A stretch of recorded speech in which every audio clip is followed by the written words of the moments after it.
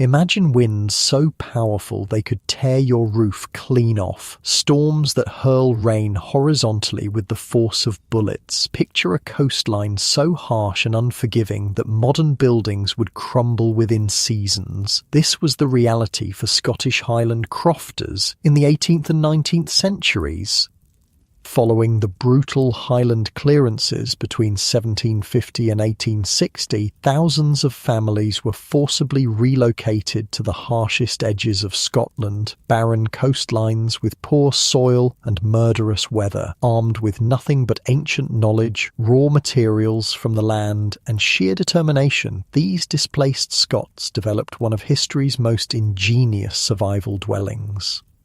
Here's what daily life was actually like inside a black house, where surviving meant working with nature's fury rather than against it. Before we start, likes and subscribes help me keep making these. Where are you listening from? Drop your city and time in the comments. I'm always reading them thinking, wait, people in New Zealand listen to history stories to sleep? Okay, tonight it's 18th century Scottish black houses. But hold on. Get comfortable first. Fluff those pillows. Pull up that blanket. Where we're going, you'll want to be cozy, because the word cozy didn't exactly apply where we're headed. Your eyes snap open. The first thing that registers isn't the darkness. You're used to that. It's the sound, that howling, screaming wind. It's found a new gap somewhere in the thatch, creating a high-pitched whistle that cuts through the low, constant roar outside.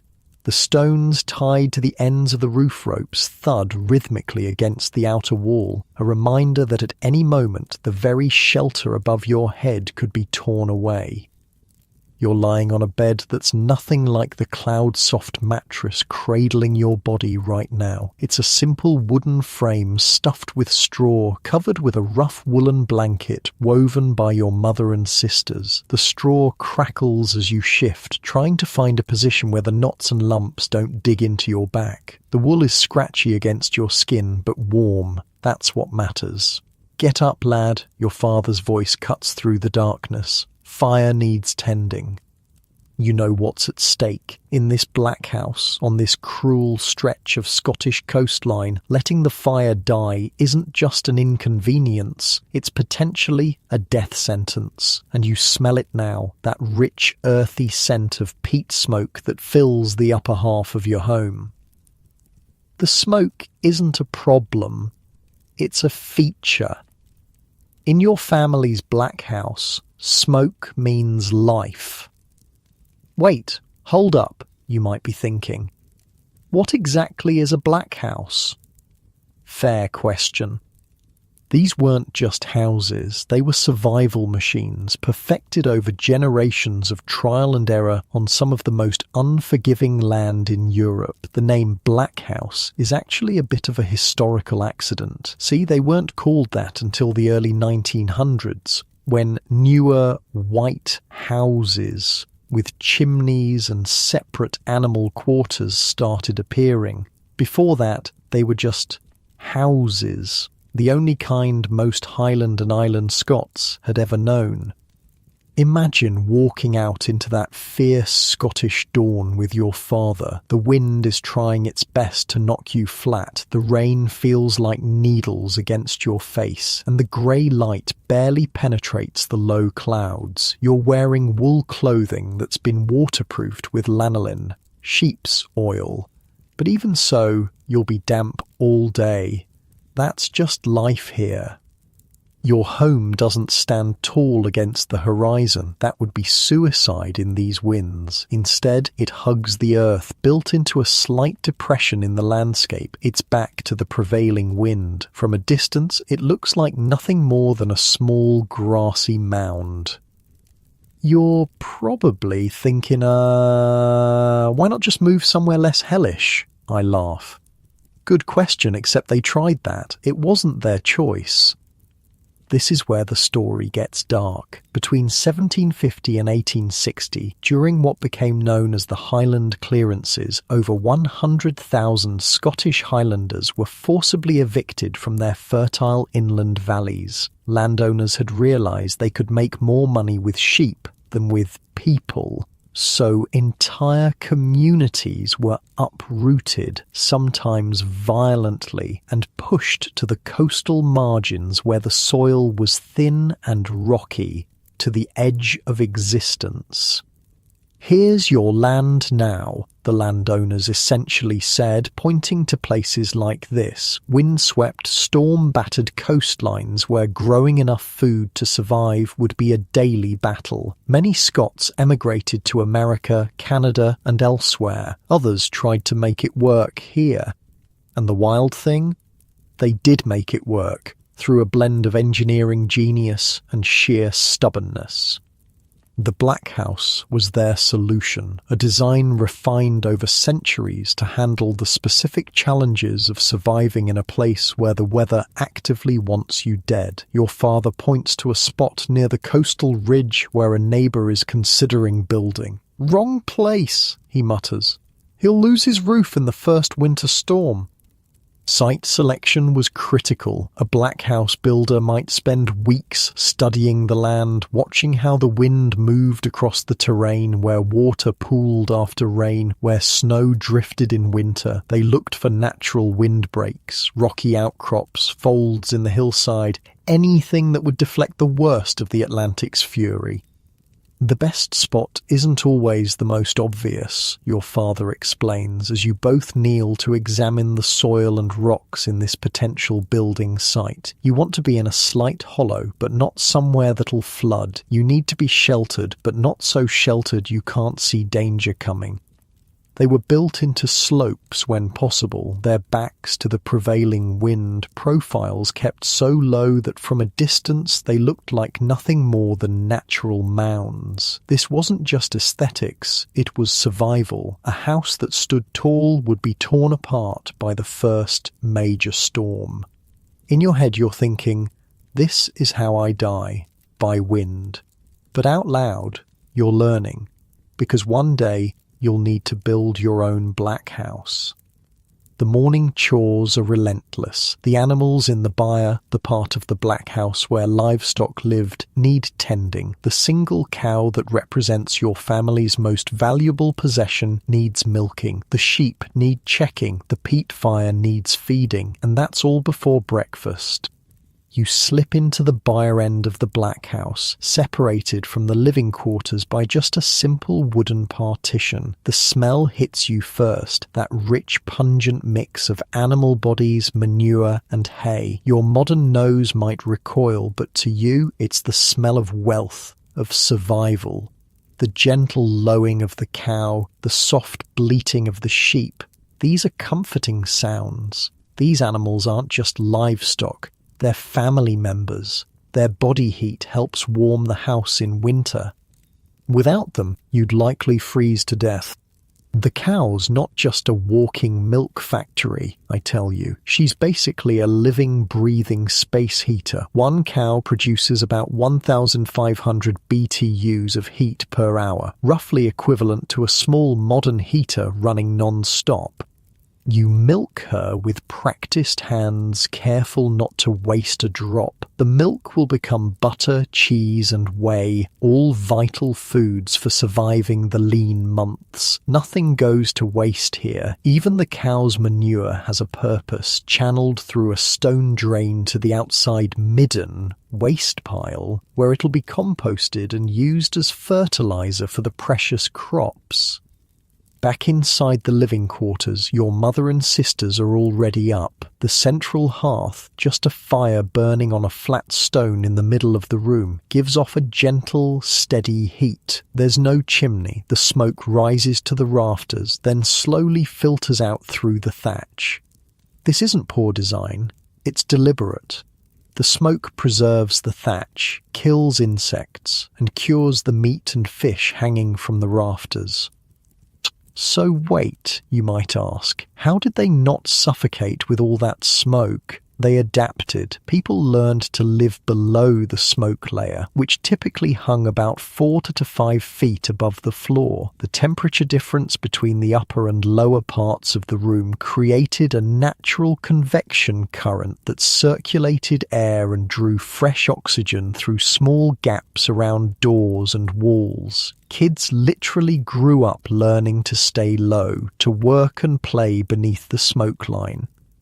Your family gathers around the hearth for a simple breakfast. Oatmeal porridge made with milk, maybe some preserved fish if times aren't too hard. The fire has likely been burning continuously for years, maybe decades. When a new house was built, tradition held that an ember from the old hearth would be used to start the new fire, connecting generations. After breakfast, you join your father and neighbours to continue work on a new black house being built for a young couple in the community. This isn't a job for one family. It's a communal effort. Everyone helps because next time it might be your house that needs rebuilding after a particularly vicious storm. The foundation is already laid, a simple rectangular trench filled with stones. Now comes the walls, and these walls are something special. Or modern builders would have a nervous breakdown looking at these, I tell you. No mortar, no concrete, no power tools, just stones, earth, and knowledge passed down through generations. The walls of a black house weren't single walls, but 2 concentric rings of dry stone built about 1 meter apart. The outer wall used the largest, most weathered stones, the soldiers, your father calls them, the first line of defense against the storm. The inner wall used smaller, more regular stones, creating a smooth interior surface. The gap between would be packed with dense peat earth, creating a core of insulation 1 meter thick. You watch as an older man, a master builder, selects each stone with a practiced eye, fitting them together in a complex, interlocking puzzle. There's no mortar, only the friction and weight of the stones hold the wall together. Your job is to help find and carry suitable stones from the nearby fields and shore. It's back-breaking work, but necessary. This technique, your father explains as he demonstrates how to place a particularly awkward stone, is called dry stain diking. My father taught me as his father taught him. The master builder has an almost mystical relationship with the stones. He can look at a pile of rocks and somehow see the wall within them, each stone finding its perfect place in the structure. The precision is remarkable. Even centuries later, you wouldn't be able to slide a knife blade between properly placed stones in these ancient walls. The earth used for the core isn't just any soil, it's carefully selected peat rich in organic matter that will compact over time into a dense insulating mass. Sometimes they mix in small stones, animal hair, or straw for binding. This mixture, when properly compacted, creates an insulation system with an R value comparable to modern materials, but with the added benefit of thermal mass that stores and releases heat over many hours. Women bring food to the workers. Simple bread, perhaps some fish or mutton if available. They cook over an open fire built within the partially completed structure, the smoke mingling with the mist that rolls in from the sea. Children run about, helping where they can, learning through observation and occasional instruction. The youngest ones gather smaller stones, their hands reddened by the cold and the rough work. This wasn't just construction, I explain. It was a ritual, a communal act of will against the encroaching wilderness. It was how communities survived. By mid-afternoon, the walls have grown higher. They're typically 3 to 4 feet thick at the base, tapering slightly as they rise. This massive construction could withstand wind loads that would destroy modern frame construction, and it was built entirely by hand. As you work, an older man tells stories of the inland valleys where your grandparents lived before the clearances, greener, more fertile land, more sheltered from the worst of the Atlantic gales. There's anger in his voice, but also resignation. This harsh coast is home now. The work continues until the failing light makes it too dangerous. Stonework requires good vision. A misplaced stone could mean a collapsed wall, wasted effort, or even injury. You return home, exhausted but satisfied with the day's progress. Inside your family's black house, the evening routine begins. The fire is stoked with carefully dried peat. Smoke fills the upper reaches of the room, and in its hazy light you can see sides of fish and haunches of mutton hanging from the rafters, slowly curing in the smoke. Your mother prepares a simple dinner, perhaps a broth made with whatever vegetables they've managed to grow in the poor soil, enhanced with a small amount of precious meat or fish. After dinner, the family gathers around the hearth. This is the time for stories, for songs, for the passing down of knowledge. Your grandmother tells tales of the old days, of clan battles and fairy folk. Your mother spins wool while your father mends tools. Children listen with wide eyes, absorbing the oral history of their people. This was their television, their internet, I tell you, their connection to the wider world and their past. The fire casts dancing shadows on the stone walls. Outside, the wind continues to howl, but in here, in this low, dark, smoke-filled space, there's warmth, there's family, there's survival. As night deepens, you retreat to your straw bed. The fire will burn low but never out. Someone will tend it through the night, making sure the precious flame continues. The sounds of the house settle around you, the soft breathing of your siblings, the occasional bleating from the byre, the eternal conversation between wind and stone outside. The black house doesn't fight the storm. It yields to it, becomes part of it. Like the people who built it, it endures.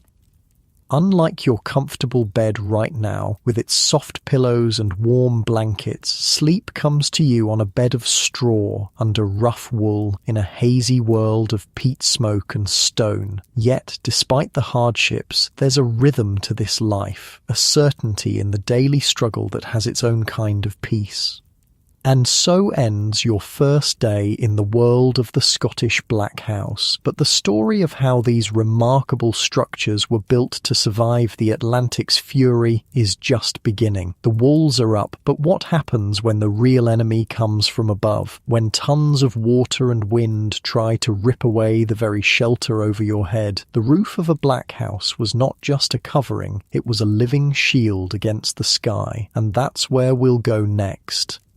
Dawn breaks with reluctance over the Scottish coast, as if the sun itself is hesitant to face the Atlantic's fury. You've already been awake for an hour, the scratchy wool of your blanket now replaced by the rougher fabric of your work clothes. Your father stands at the doorway, gauging the weather like others might read a newspaper. Good day for roof work, he declares, which means simply it's not actively trying to kill us right now. Yesterday, we left off with the walls of our black house rising stone by stone. Today, we face an even greater challenge, creating a roof that won't surrender to the first serious gale. Your breakfast is simple, oatcakes and a bit of milk from your cow. Nothing fancy, but it'll keep you going. The peat fire smoulders in the centre of the room, smoke rising lazily to escape through the thatch above. Your grandfather sits nearby, his gnarled hands working a piece of driftwood into a tool handle. You ever wonder why our houses don't have chimneys? Your grandfather asks, noticing your gaze following the smoke. Tried that once. Wind tore it clean off, nearly took the whole roof with it. Here's the thing about living on the edge of Scotland. You don't fight nature. You adapt to it. Or you die. Simple as that. The whole community gathers at the half-built black house. Today is roof day, and it takes many hands. Men, women, children, everyone has a role to play. Your job will be to help gather heather and straw for the thatch. Okay, so picture this, I say. You're not just building a roof, you're creating what's basically a heavy, flexible blanket designed to hug the building and deflect the wind. Before anything else, you need timber for the frame, and that's a problem because the Highlands and Islands of Scotland aren't exactly known for their abundant forests. Centuries of deforestation for agriculture, shipbuilding, and iron smelting left these landscapes largely treeless. So, where do you get wood? Watch for it, an older boy tells you, pointing to the shore. After storms, the sea gives gifts. Driftwood. In this treeless landscape, wood washed up on shore after storms was more valuable than gold. Families would walk miles along the coast collecting these weather-beaten treasures. Every piece was gathered, evaluated, and stored with almost religious reverence. "That piece there," your father says, pointing to a massive timber half buried in sand. "That's a roof beam if I ever saw one." It takes 4 men to drag it from the beach. It might have been part of a ship once, or perhaps a tree uprooted somewhere far away. Now it will become the central ridge beam of a black house. The larger pieces of driftwood would become main rafters, while smaller branches and twigs would be woven together to create a lattice for the thatch. These timbers, already seasoned by salt and sun, were naturally resistant to rot, perfect for the damp conditions of a black house roof. "All right," your father directs, "get that heather up to the house site. Mind you pick the longest stems. You and other children fan out across the hillsides, harvesting heather, rushes, and straw. Your hands are scratched and raw by midday, but your pile grows steadily. The women sort through what you bring, selecting the best pieces for different parts of the roof. Back at the building site, you watch in fascination as the first timbers go up. But something seems odd. The rafters don't rest on the outer wall as you might expect. Instead, they sit on the inner wall. Why not use both walls? You ask your father. He grins. "Sharp eye, lad. Watch and learn." This design creates a distinctive shelf, or scarcement, around the outside of the house, typically 18 to 24 inches wide. At first glance, it seems like a mistake, but like everything in the Black House, it serves multiple critical purposes. The shelf does 3 things, an elder explains. First, it lets the rain run down the thatch and soak the top of the earthen wall, keeping it damp and adding weight. Second, it gives us a place to walk around the house for repairs. And third, it protects the lower walls from the worst of the driving rain. You're baffled. "You want the walls to stay wet?" The men laugh. "Aye," your father says. "Dry walls crack and shift. Wet walls stay put." A house designed to be wet on the outside, a feature that would horrify a modern builder but was essential to the Black House's survival. The constant moisture kept the earthen core from drying out and cracking, adding stability to the entire structure. Hold up, I interrupt. Let me explain what's happening here because it's actually genius. They created a self-stabilizing system. The heavier the rain, the more weight added to the walls. The worse the weather, the stronger the house became. Once the timber frame is secured, the real artistry begins. The thatch isn't just thrown on haphazardly. It's a thick mattress of local materials, heather, rushes, cereal straw, laid in dense, carefully arranged layers. The women work alongside the men, their fingers flying as they bundle and bind the materials. Children shuttle back and forth, bringing supplies, fresh water, and occasionally food. This is no individual effort. It's the community coming together to ensure survival. The thatching process is an art form requiring skill and experience to create a waterproof covering that would last for decades. The thatch is laid in overlapping layers like scales on a fish, each layer shedding water to the one below. The thickness varies, 12 inches at the ridge to 18 inches at the eaves, creating a natural drainage system channeling water away from the structure. But hold on, you might ask. How do you keep a thatch roof from being torn away by those 100 mph gusts you mentioned? great question. This is where true ingenuity comes in. As you watch, your father and others create a web of ropes woven from twisted heather stems or straw. These aren't modern ropes. They're materials literally twisted together by hand into surprisingly strong cords. The men weave these in a diamond pattern across the entire roof. "Hand me those," your father says, pointing to a pile of stones that children have laboriously gathered from the fields and shore. And here's the brilliant part. At the end of each rope, a heavy stone is tied. This weighted net, this stone-studded veil, will hold the thatch down against the fiercest storms. Good roof stones are family treasures, your grandfather tells you, showing you a particularly well-shaped specimen. "My father used this one, his father before him. God willing, your children will use it too." The stones aren't random rocks. They're carefully chosen weights, often shaped by generations of use. Some families have stones that have been used for decades, passed down from father to son like precious heirlooms.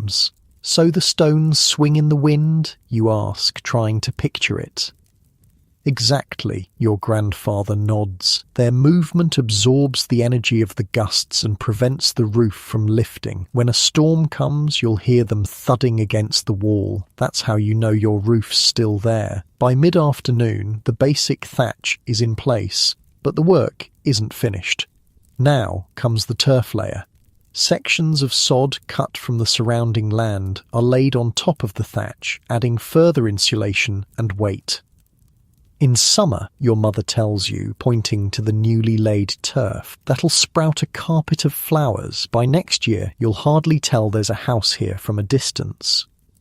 The roof isn't just a covering, it's a living thing that changes and adapts with the seasons. In summer, it becomes a meadow of wildflowers. In winter, it's covered with snow, adding even more insulation and weight. The Black House is designed to carry this load. The thick walls easily supporting the additional tons of snow and ice.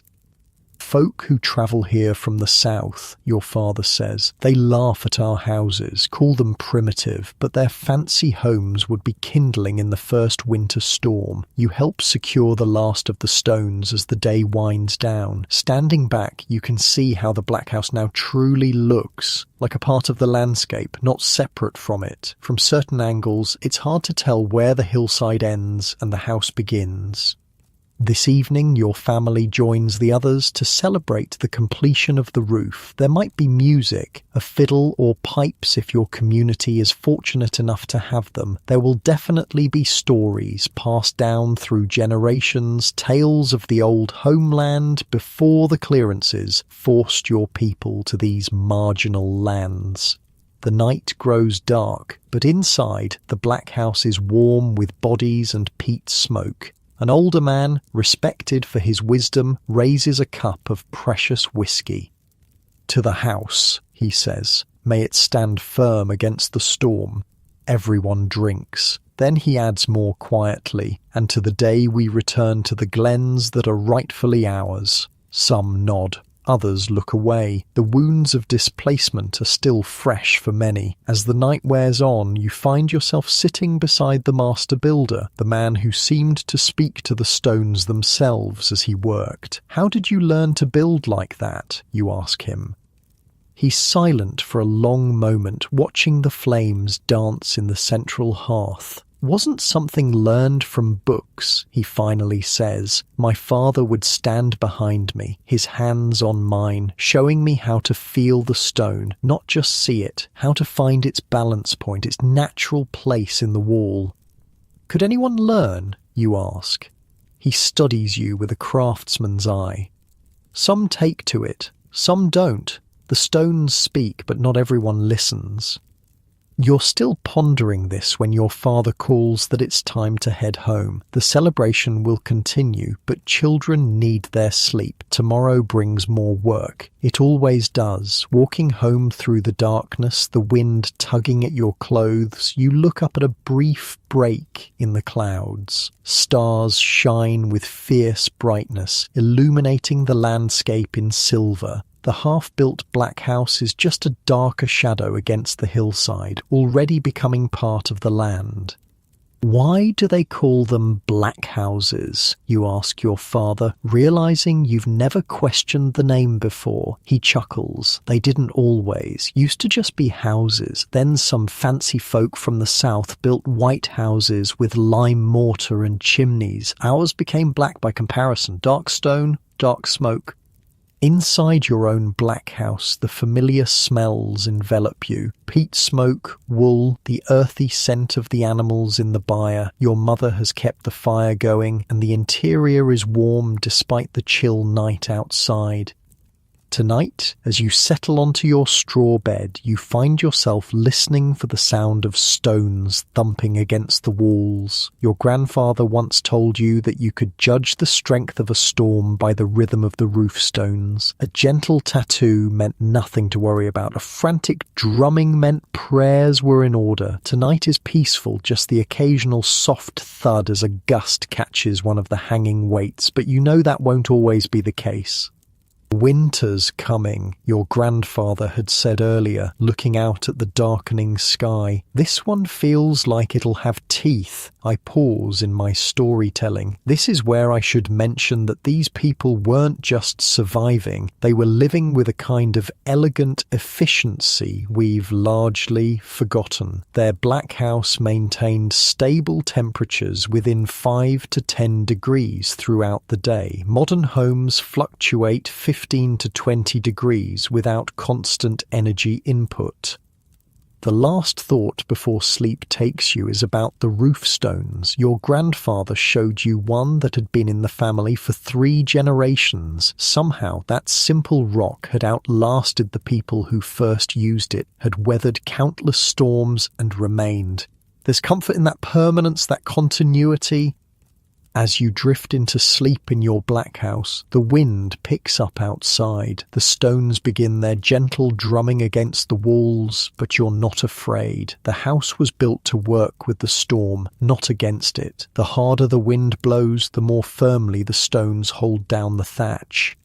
While you lie in your comfortable modern bed, cushioned by technology and insulated from the elements, imagine falling asleep to that rhythm, the conversation between wind and stone that has continued for centuries on the Scottish coast, a lullaby of survival. But what about inside the black house? With no chimney, how did families survive the smoke? And what about the livestock? How did humans and animals coexist under one roof? That's where our story continues, with the hearth, the true heart of the black house. The morning arrives with a strange quiet. The wind that's been howling for days has finally paused to catch its breath. In the eerie silence, you can hear something you rarely notice. The soft patter of rain on thatch, not driven sideways for once, just falling straight down. A luxury. But the real alarm clock is your lungs. Something's different about the air. Thicker, more acrid. Fire needs tending, your mother's voice cuts through the smoky haze hanging lower than usual in the black house. Without the wind pulling it through the thatch, the peat smoke has settled, creating a dense layer that hovers about 4 feet from the floor. You roll from your straw bed, staying low where the air is clearer, and crawl toward the central hearth. This is the heart of your home, the soul of the black house, and right now it's struggling. So this is what happens when we get a nice day, I tell you. When there's no wind, the smoke has nowhere to go. Welcome to the paradox of black house life. The calm days could suffocate you.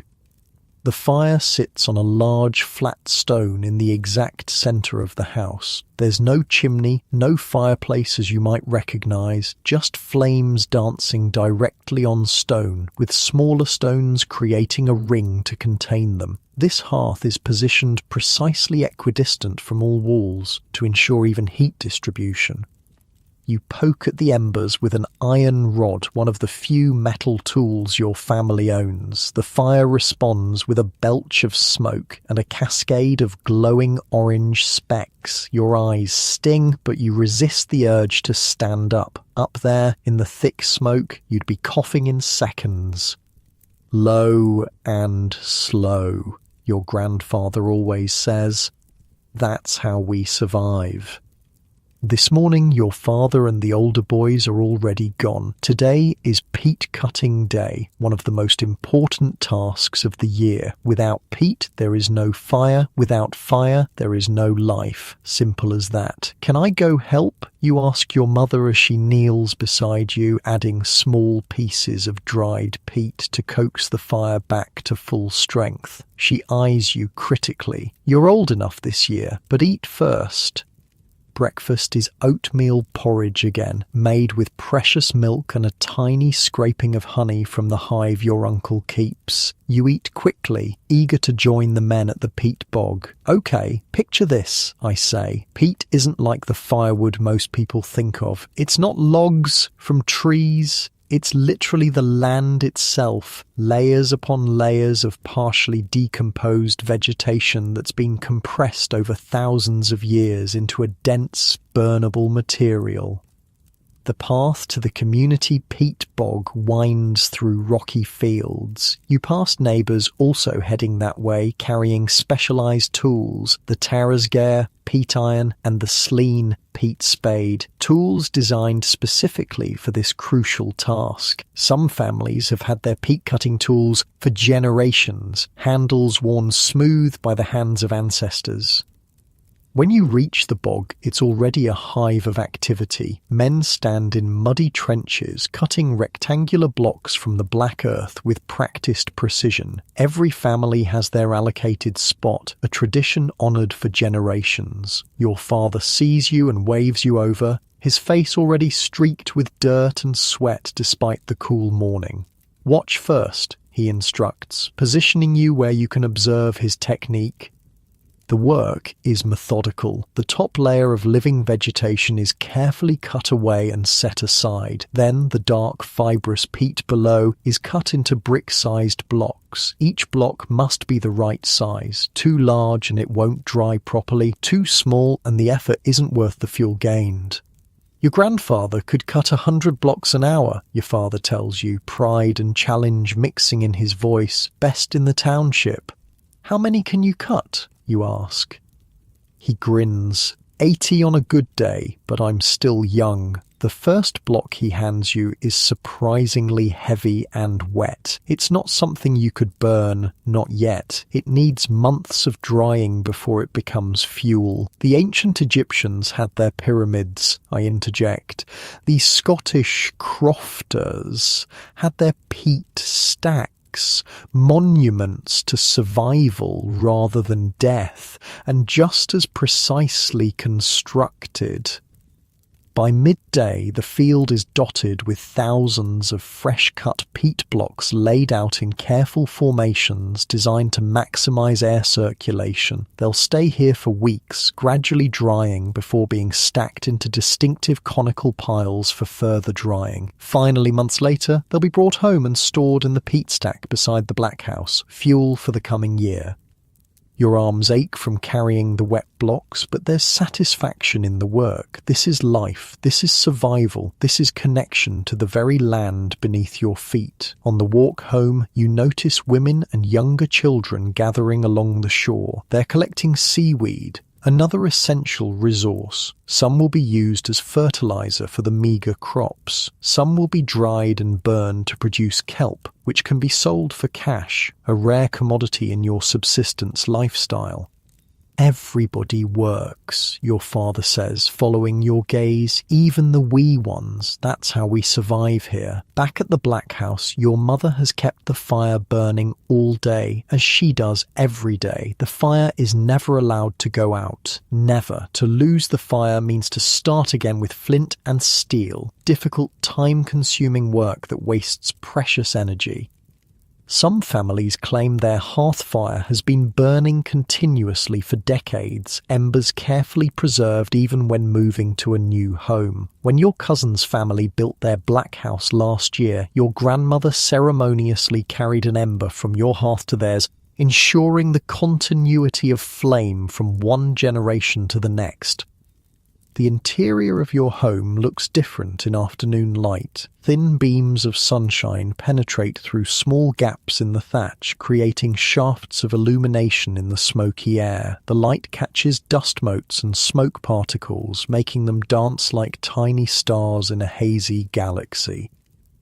Wait, so they lived their entire lives basically hotboxing themselves? I laugh. Yeah. But it wasn't a design flaw. The smoke was essential to their survival. It was a feature, not a bug.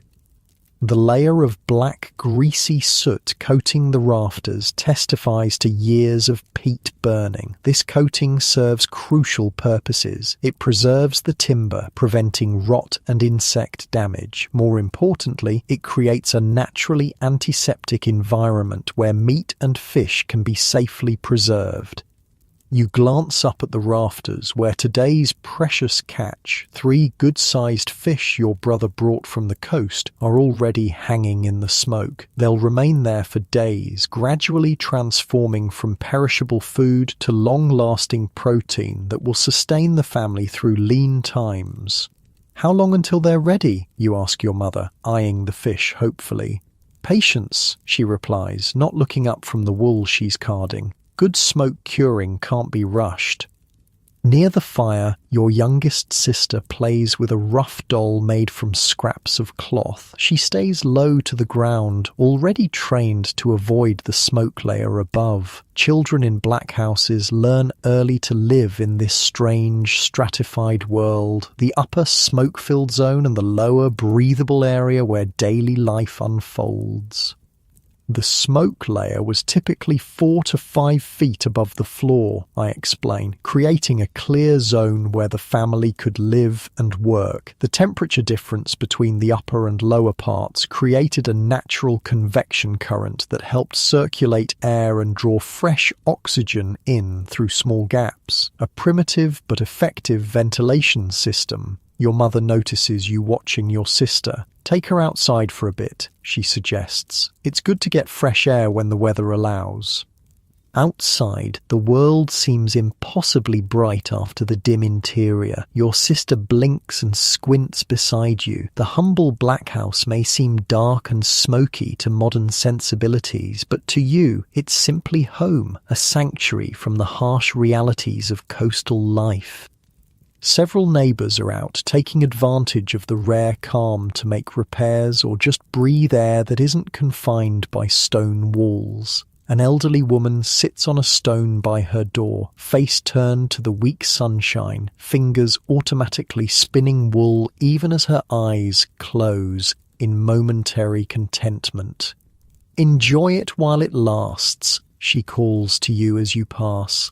Storm's coming tomorrow. I feel it in my bones. You nod respectfully. Old Margaret's weather predictions are rarely wrong, more accurate than any barometer, people say. Her bones have been recording atmospheric pressure changes on this coast for over 80 years. Folk wisdom wasn't just superstition, I point out. It was data collection across generations. When Margaret said a storm was coming, smart people battened down the hatches. By evening, the community begins to gather. Not everyone, not formally, but a gradual congregation of neighbours stopping by bringing small offerings, a handful of mussels, a bit of dried seaweed, herbs gathered from sheltered spots. The black house becomes a social hub as people filter in, seeking warmth, companionship, and the timeless comfort of shared stories. In modern terms, this is the prime-time entertainment slot. No TV, no smartphones, just human connection in its purest form. The central hearth provides not just physical warmth, but serves as the social nucleus of community life. The black house grows crowded as night falls, bodies pressed together on simple benches and stools around the hearth. The air thickens with smoke and breath and the earthy smell of wool and bodies. To modern noses, it would be overwhelming. To you, it's the scent of community, of belonging. Your grandfather, respected for his memory and gift with words, begins a story as firelight flickers across his weathered face. His voice drops to just above a whisper, forcing everyone to lean in, creating an intimate circle of shared experience. The Mackenzie clan once held the valley south of here, he begins, and immediately children and adults alike fall silent. Their cattle were fat, their fields were green, their children grew strong. You've heard versions of this story before. They all end the same way, with displacement, with loss, with the clearances that drove your people to this marginal coastline. But the telling matters, the remembering matters. The laird came with men from the south, your grandfather continues, his voice hardening. They said the land would serve better growing wool than growing children. They gave 1 day to pack, 1 day to leave homes that had sheltered 5 generations. Around the fire, heads nod. Some of the older folk lived through these evictions themselves. Others, like you, know them only as stories, but stories that explain why you live here in this harsh place instead of the fertile valleys inland. Wait, so they'd just tell entire communities to get out? I interject. Yeah, exactly that brutal. Imagine coming home to find an eviction notice giving you 24 hours to leave the land your family had farmed for centuries, all because sheep were more profitable than people. As the night deepens, stories shift from historical to mythical. Tales of selkies, seal people who could shed their skins and walk as humans, of the blue men of the Minch who would challenge sailors to verse competitions, of fairy folk who might steal a child or bless a house, depending on their whim. These stories serve practical purposes beyond entertainment. They encode warnings, stay away from certain dangerous coastal areas where the blue men dwell, reinforce community values, always show hospitality even to strangers who might be more than they appear, and maintain cultural identity in the face of displacement and hardship. The fire burns low. Children, including your younger siblings, have fallen asleep where they sit, heads nodding onto parents' shoulders or directly onto the packed earth floor. The adults' conversations turn to practical matters. Tomorrow's weather, the condition of the fishing boats, whether the barley planted in the poor soil might actually yield a crop this year. Gradually, neighbours begin to leave, returning to their own black houses through the darkness. The warm, smoky, communal space empties until only your family remains. Your father banks the fire carefully, dampening it so it will burn slowly through the night, but never go out. To bed, your mother says simply. But before you can settle onto your straw mattress, your father calls you to the door. Outside, the sky has cleared, stars blaze overhead with an intensity rarely seen in our modern light-polluted world. Look, he says, pointing to a subtle shift in the star patterns. Winds changing. Storm coming. Like Margaret said, tomorrow we secure everything. You nod, absorbing another lesson in reading the world around you. In this place, such knowledge isn't academic, it's survival. Back inside, the black house has settled into night rhythms. The smoke hangs lower as the fire burns down. The animals in the byre end of the house shift and snort softly. Someone, probably your grandmother, coughs in her sleep, a deep rattling sound that speaks of years breathing peat smoke. Did the smoke cause health problems? Absolutely, I admit, but it was a calculated trade-off, smoke-related lung issues later in life versus immediate survival. Pretty easy choice when you look at it that way. As you settle onto your bed, you notice something you rarely pay attention to. the smell. Your black house has its own unique scent profile. Peat smoke, wool lanolin, the earthy odour of the animals, dried herbs hanging from rafters, the mineral tang of the stone walls, the vegetative hint of the thatch. In this aroma is your entire world, every resource, every daily task, every survival strategy encoded in a complex olfactory fingerprint. It's a smell that would overwhelm modern visitors, but forms the background texture of your life. You couldn't sleep without it. It means safety, it means home. The wind begins to pick up outside, finding voice in the eaves, testing the strength of the thatch and the weight of the stones. The ropes creak slightly as they take the strain. The roof stones occasionally thud against the outer wall, not the frantic drumming of a full gale, but a warning rhythm. Margaret's bones were right. Storm's coming. But inside, protected by centuries of accumulated wisdom built into stone and earth and thatch, your family sleeps. The black house does what it was designed to do. It endures. It protects. It shelters life in one of the most inhospitable environments humans have chosen to inhabit. Your eyes grow heavy, your breathing slows. The last thing you register before sleep takes you is the soft orange glow of the peat embers, a tiny sun around which your entire world orbits. The hearth is the heart of the black house, but in a place where a single cow meant the difference between survival and starvation, what about the other end of the house, where the most valuable possessions weren't tools or treasures, but living, breathing animals? And that's where our story continues next. The Byre, where man and beast lived together in an ancient partnership that modern farming has all but forgotten.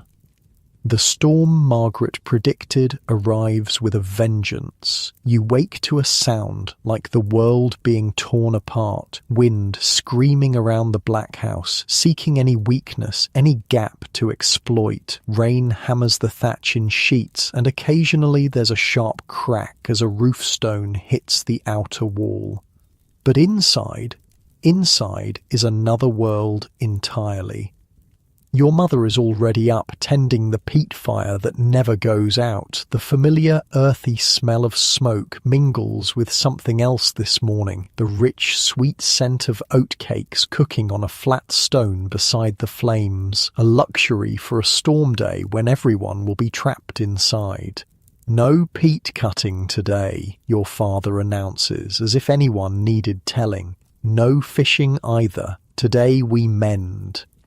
Storm days have their own rhythm in a black house. They're not days of rest. There's no such thing as a day off in this life, but they're days of different work, indoor work, repair work, the work that keeps everything else possible. So let me paint you a picture of what a storm day actually feels like inside a black house, I say. It's not the cold, isolated experience you might imagine. It's actually weirdly cozy. If you can get past the smoke and the smell, the sound is what strikes you most. The thick stone walls and dense thatch muffle the storm's fury to a distant roar, like hearing the ocean from inside a cave. The roof stones thump against the wall in a chaotic percussion, and beneath it all, from the other end of the black house, comes the soft, reassuring sounds of your family's most precious possessions, the animals.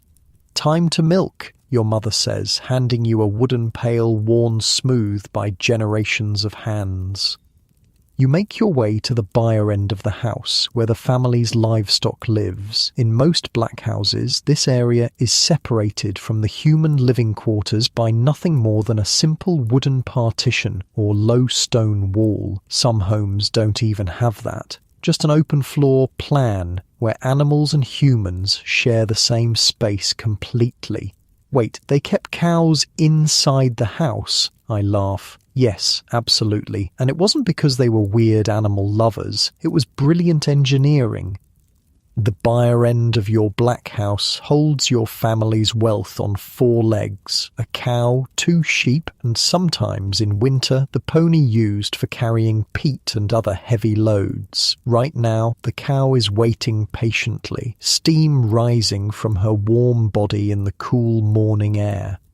The floor here is different from the packed earth of the living area. It's paved with flat stones, sloping slightly toward a central channel that carries waste outside to a midden, the family's compost pile. Nothing, absolutely nothing, is wasted in this economy of survival.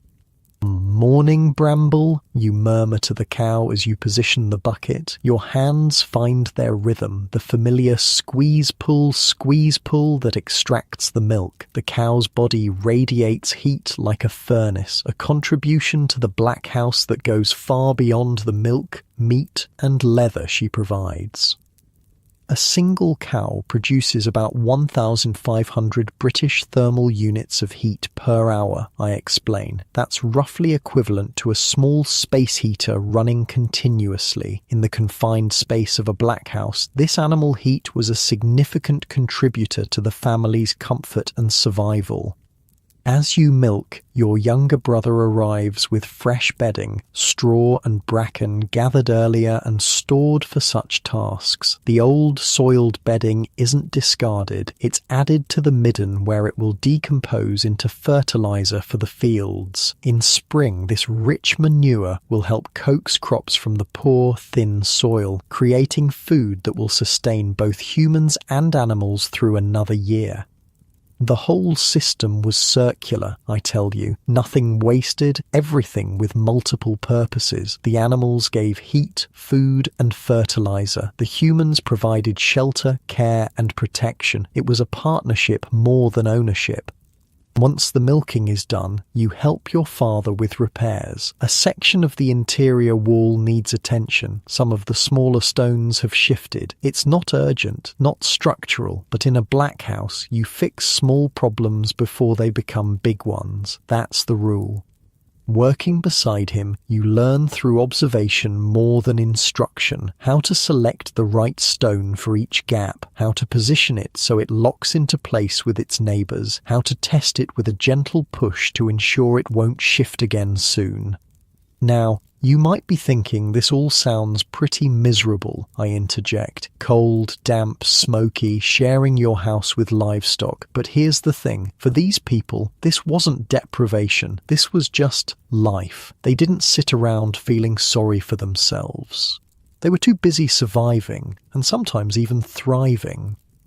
Outside, the storm reaches new heights. The roof stones are drumming faster now, and occasionally there's a new sound, a subtle shift in the thatch as the wind tests its strength. Your father pauses in his work, head tilted, listening intently. "The south corner," he says after a moment. "We'll need to check it when this passes."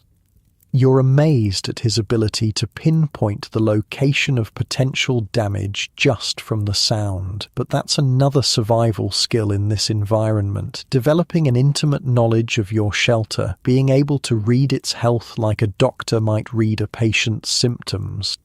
The day progresses with indoor tasks. Your mother and sisters use the storm-enforced confinement to work wool, carding, spinning, weaving the sheep's contribution into fabric that will become clothing, blankets, and other essentials. The steady click of the loom creates a counterpoint to the storm's chaotic symphony. Your grandfather sits near the fire, using a small knife to carve a piece of driftwood into a new handle for a tool. Nothing goes to waste, not materials, not time, not energy. This is peak efficiency, I tell you. Modern society loves to talk about sustainability and zero waste. These people were living it centuries ago, not because they were environmentally conscious in the modern sense, but because waste meant death. Simple as that. Midday brings a simple meal of oatcakes and cheese made from Bramble's milk, supplemented with dried fish that's been hanging in the smoke. The family gathers around the central hearth, its warmth both physical and symbolic, the literal and figurative centre of Black House life. Conversation flows easily. There's discussion of repairs needed, of which fields might be planted with what crops when spring comes, of news from the last trading vessel to stop at the coast. Children chime in with their observations. Even the youngest are included. Their eyes and ears are assets to the family's collective awareness. You know what's missing from this picture? I ask. Hierarchy. Age was respected for the wisdom it brought, but everyone's input mattered because everyone's survival depended on collective knowledge. A 4-year-old might notice something about animal behavior that adults missed. A teenager might spot a weakness in the thatch that others overlooked. Everyone was a sensor in this survival system. After the meal, you check on the animals again. They seem unperturbed by the storm, accustomed to the sounds of wind and rain. The sheep stand together, their thick wool keeping them warm. The cow chews calmly, eyes half closed in bovine contentment. You realize, not for the first time, how much you depend on these creatures, not just for food and materials, but for their very presence. Their solid, warm bodies and steady heartbeats provide a reassurance that goes beyond the practical. In a world of uncertainty, they are constants. I spent way too long researching the relationship between crofters and their animals, I admit. Like, concerningly long, and what struck me was how different it was from modern farming. These weren't just economic assets, they were practically family members.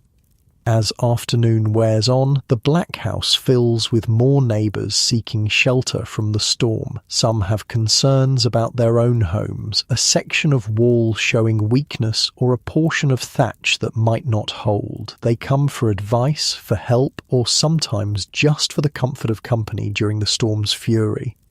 This is community in its most essential form, not organised through institutions or schedules, but through the organic response to shared challenges. Your needs and knowledge are balanced with those of others, creating a resilience no individual or single family could achieve alone.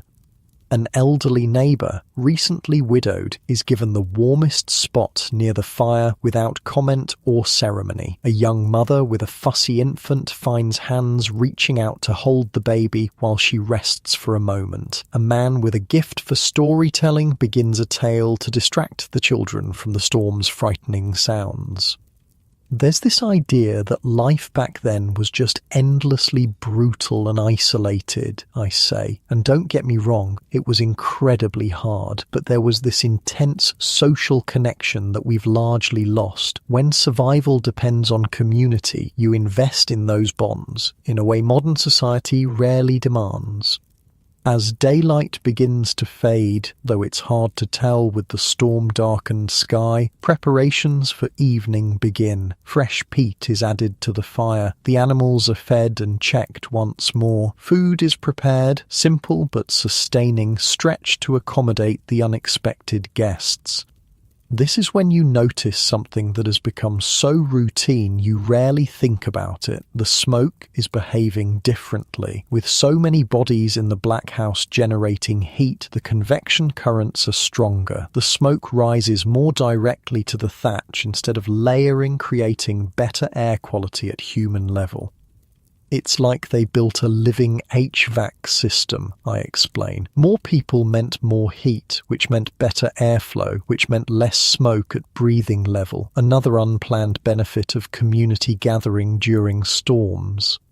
Stories continue around the fire as night falls completely. Not just entertainment, though they are certainly that. These tales are vessels carrying essential knowledge. Which plants heal, which harm, how to read weather patterns, where to find food when usual sources fail, how ancestors survived similar challenges. This oral tradition is a library contained in memory rather than book. jokes. Every story adds to the collective wisdom that keeps the community alive. Children listen with wide eyes, absorbing not just the narrative but the embedded survival manual it contains. This was their version of Wikipedia, I laugh, except you couldn't just Google how to survive a Highland winter. You had to remember the stories, extract the useful information, and apply it when needed. The storm begins to ease around midnight. The wind's howl softens to a moan, then a sigh. The rain lightens from hammering to gentle pattering on the thatch. The roof stone's frantic drumming slows to occasional thumps. Neighbours begin to leave, returning to check on their own black houses. There are handshakes, embraces, murmured thanks. No formal acknowledgement of the shelter provided. That would suggest it was optional rather than expected. This is simply how the community functions. As you settle onto your straw bed, the black house around you creaks and shifts, not with weakness but with flexibility. The structure was designed to move slightly, to breathe with the pressure of the wind rather than rigidly resisting it. Like the people who built it, its strength comes from adaptation rather than immovability. Modern buildings are engineered not to move, I explain. These black houses were engineered to move just enough, to flex without breaking. There's a profound wisdom in that approach, both architecturally and philosophically. The storm has passed, but its lessons remain. Tomorrow will bring assessment of damage, community-wide repairs, perhaps redistribution of resources if some fared worse than others. The cycle of survival continues, with its challenges and solutions, its hardships and innovations. As sleep approaches, your mind drifts to the animals at the other end of the black house. Their breathing, their occasional soft movements create a gentle soundtrack that has accompanied your entire life. Modern humans might find it strange or off-putting to sleep so close to livestock. For you, their absence would be the unsettling thing. In that shared space, that mutual dependence, lies one of the core truths of the Black House. It wasn't just a human dwelling that happened to include animals. It was an integrated system where every element supported the others. The animals weren't just sheltered, they were integral to the shelter itself.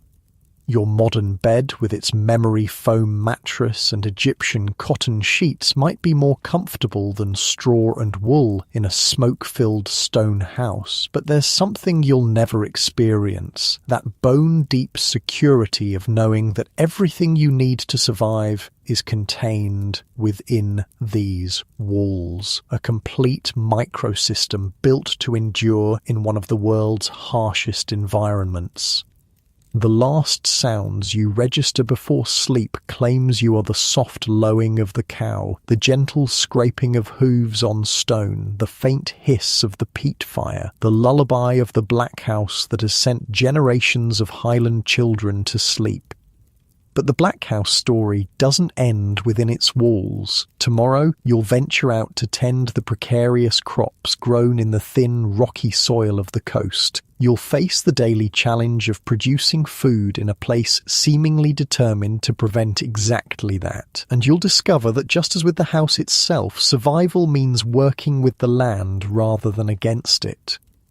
Morning comes with the gentle touch of spring sunshine filtering through the thatch. The storm has passed, leaving behind a landscape washed clean, glistening with raindrops that catch the light like scattered diamonds. After yesterday's confinement, the open air calls irresistibly.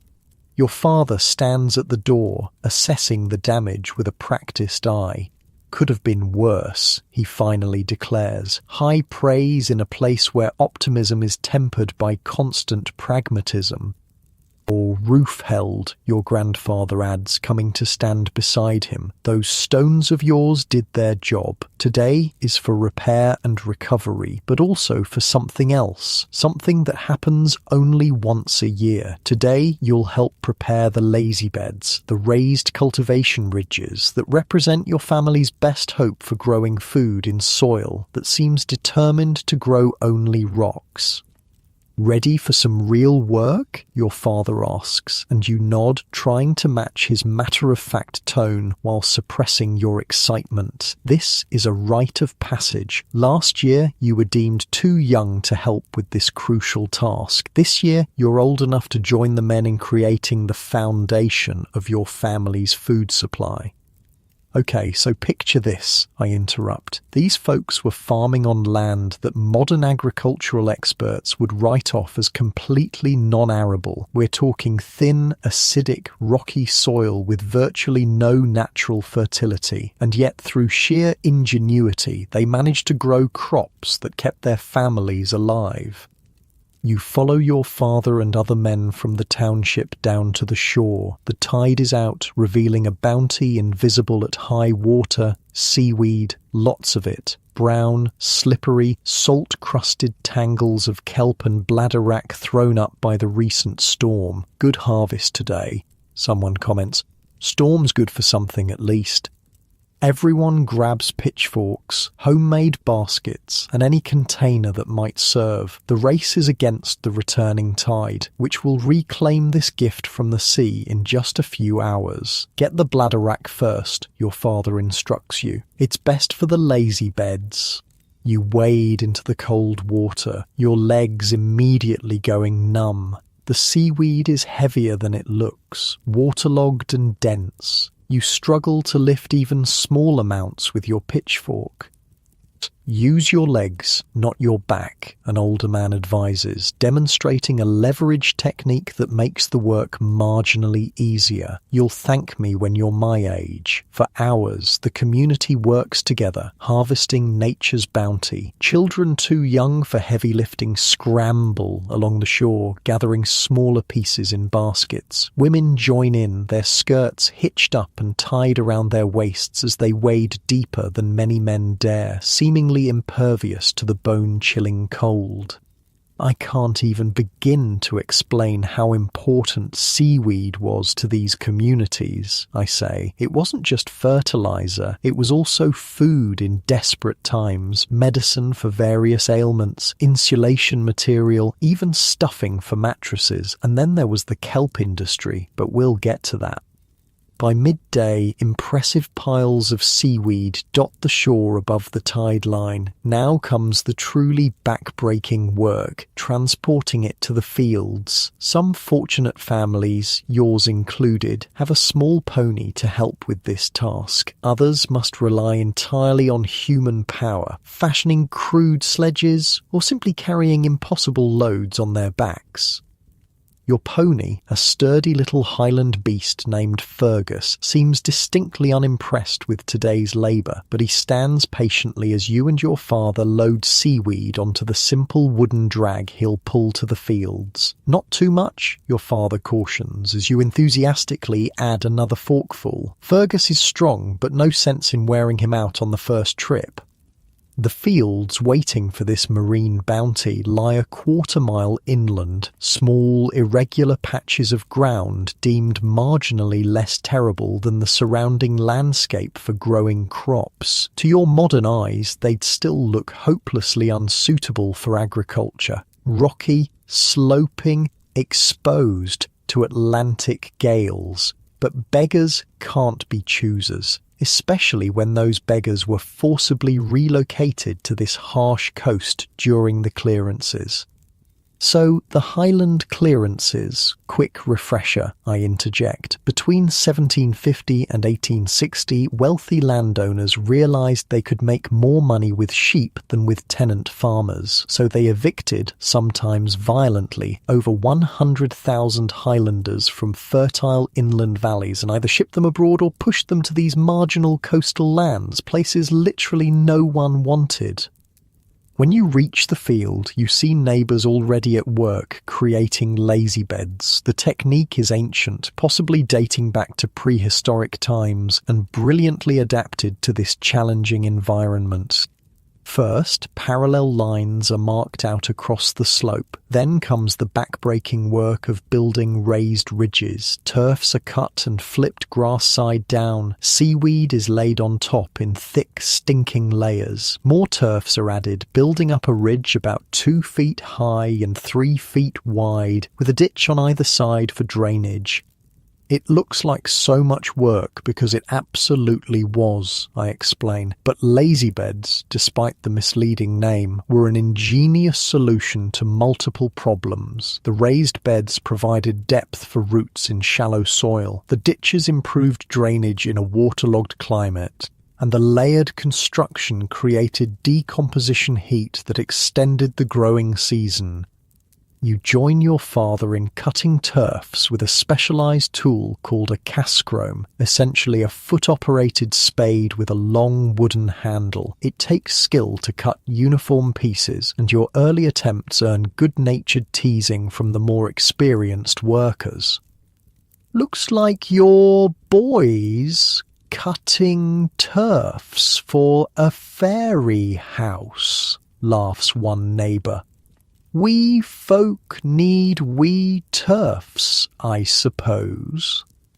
Your face burns with embarrassment, but your father just nods at a particularly uneven section on the neighbour's own lazy bed. Glass houses, Angus, glass houses. The gentle ribbing continues throughout the day, but so does patient instruction. This is how knowledge transfers, through jokes, corrections, demonstrations, and endless repetition. No books, no formal teaching, just the accumulated wisdom of generations flowing from hand to hand, voice to voice. By late afternoon, your back screams in protest. Your hands, despite calluses built up from other work, are raw and bleeding in spots. The taste of salt and earth coats your mouth. Sweat and seawater have your clothes sticking uncomfortably to your skin. "Think we're soft now?"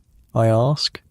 With our ergonomic chairs and repetitive strain injuries from typing, these people would laugh themselves sick at what we consider physical hardship. But there's satisfaction in looking back at the completed lazy beds. Tomorrow, precious seed potatoes will be planted in these ridges, potatoes being one of the few crops that can thrive in such conditions. If all goes well, each seed potato might yield 8 to 10 edible tubers. A multiplication of food that borders on miraculous in this environment. Will they grow? You ask your father, unable to hide the doubt in your voice as you look at the rough, seaweed-strewn mounds. He follows your gaze thoughtfully. They'll grow. Might not be pretty, might not be many, but they'll grow. He claps your shoulder. Stubborn things, potatoes, like us. On the way home, you pass another group engaged in a different task. Kelp burning. Large stone-lined pits on the shore contain smouldering piles of specific types of seaweed. The smoke is acrid, stinging your eyes and throat as you pass.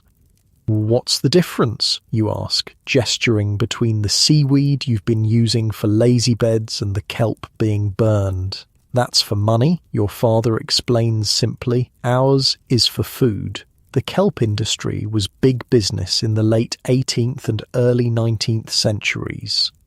The burned kelp produced an alkaline ash used in glass and soap making, as well as for bleaching linen. For many coastal communities, it provided one of the few sources of actual cash income.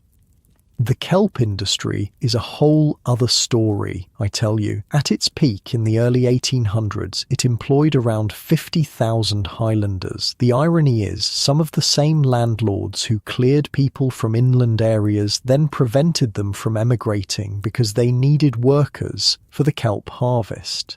People were treated as resources, just like the seaweed itself. Back at the Black House, your mother has been busy with her own seasonal task, spring cleaning, as much as such a concept can apply to a home with earthen floors and smoke-blackened walls. The central fire has been temporarily moved outside, a rare occurrence that happens only once or twice a year. The interior has been swept clean of accumulated debris. Fresh rushes have been scattered on the floor. The smokiest thatch has been removed and set aside for use as fertilizer, with new material ready to replace it. Spring cleaning wasn't just about appearances, I explain. It was about health and pest control. The fresh rushes on the floor contained natural oils that repelled insects. Replacing the smokiest thatch removed potential fire hazards while putting the nitrogen-rich material to use in the fields. The black house feels different with the fire outside. Cooler, less smoky, but somehow less alive. It reinforces how central the hearth is to this home, not just physically, but spiritually. Without its beating heart, the black house is just a stone shell. Your mother greets you with a critical eye for the state of your clothes, but a warm smile for the work completed. Good lazy beds this year. Best we could manage, your father answers. Boy did well. That simple comment, "boy did well," floods you with more pride than any elaborate modern praise. In this world of survival pragmatism, unnecessary words are rare. When they come, they matter.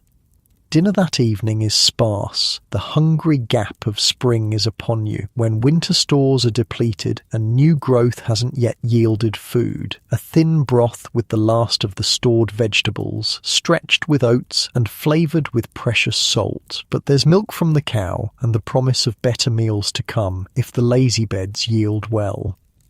After eating, your father and grandfather inspect the seed potatoes being saved for tomorrow's planting. Each one is examined carefully for signs of disease or damage. The healthiest will become the foundation of next winter's survival. May not look like much, your grandfather says, holding up a particularly promising specimen. But there's life in these. Strong life. He should know. He's lived through the potato blight that devastated communities like yours in the 1840s. That catastrophe, less famous than the Irish famine but similarly devastating, killed thousands and forced many more to emigrate. Those who survived did so through desperate innovation, eating seaweed and shellfish when crops failed entirely. The Highland potato famine doesn't get the same attention as the Irish one, I note, but it was brutal. Between 1846 and 1856, it pushed already struggling communities to the absolute brink. Many landlords used the crisis as an excuse for more clearances, forcing emigration rather than providing relief. As darkness falls, neighbours begin to arrive, not in the numbers of a storm day, but a steady trickle. Their bodies show the same signs of exhaustion from similar work, but their faces carry satisfaction along with fatigue. Tonight's gathering has a different character than usual. There's purpose beyond simple community. Today was the first major communal work of the spring season, and tonight is for planning the next.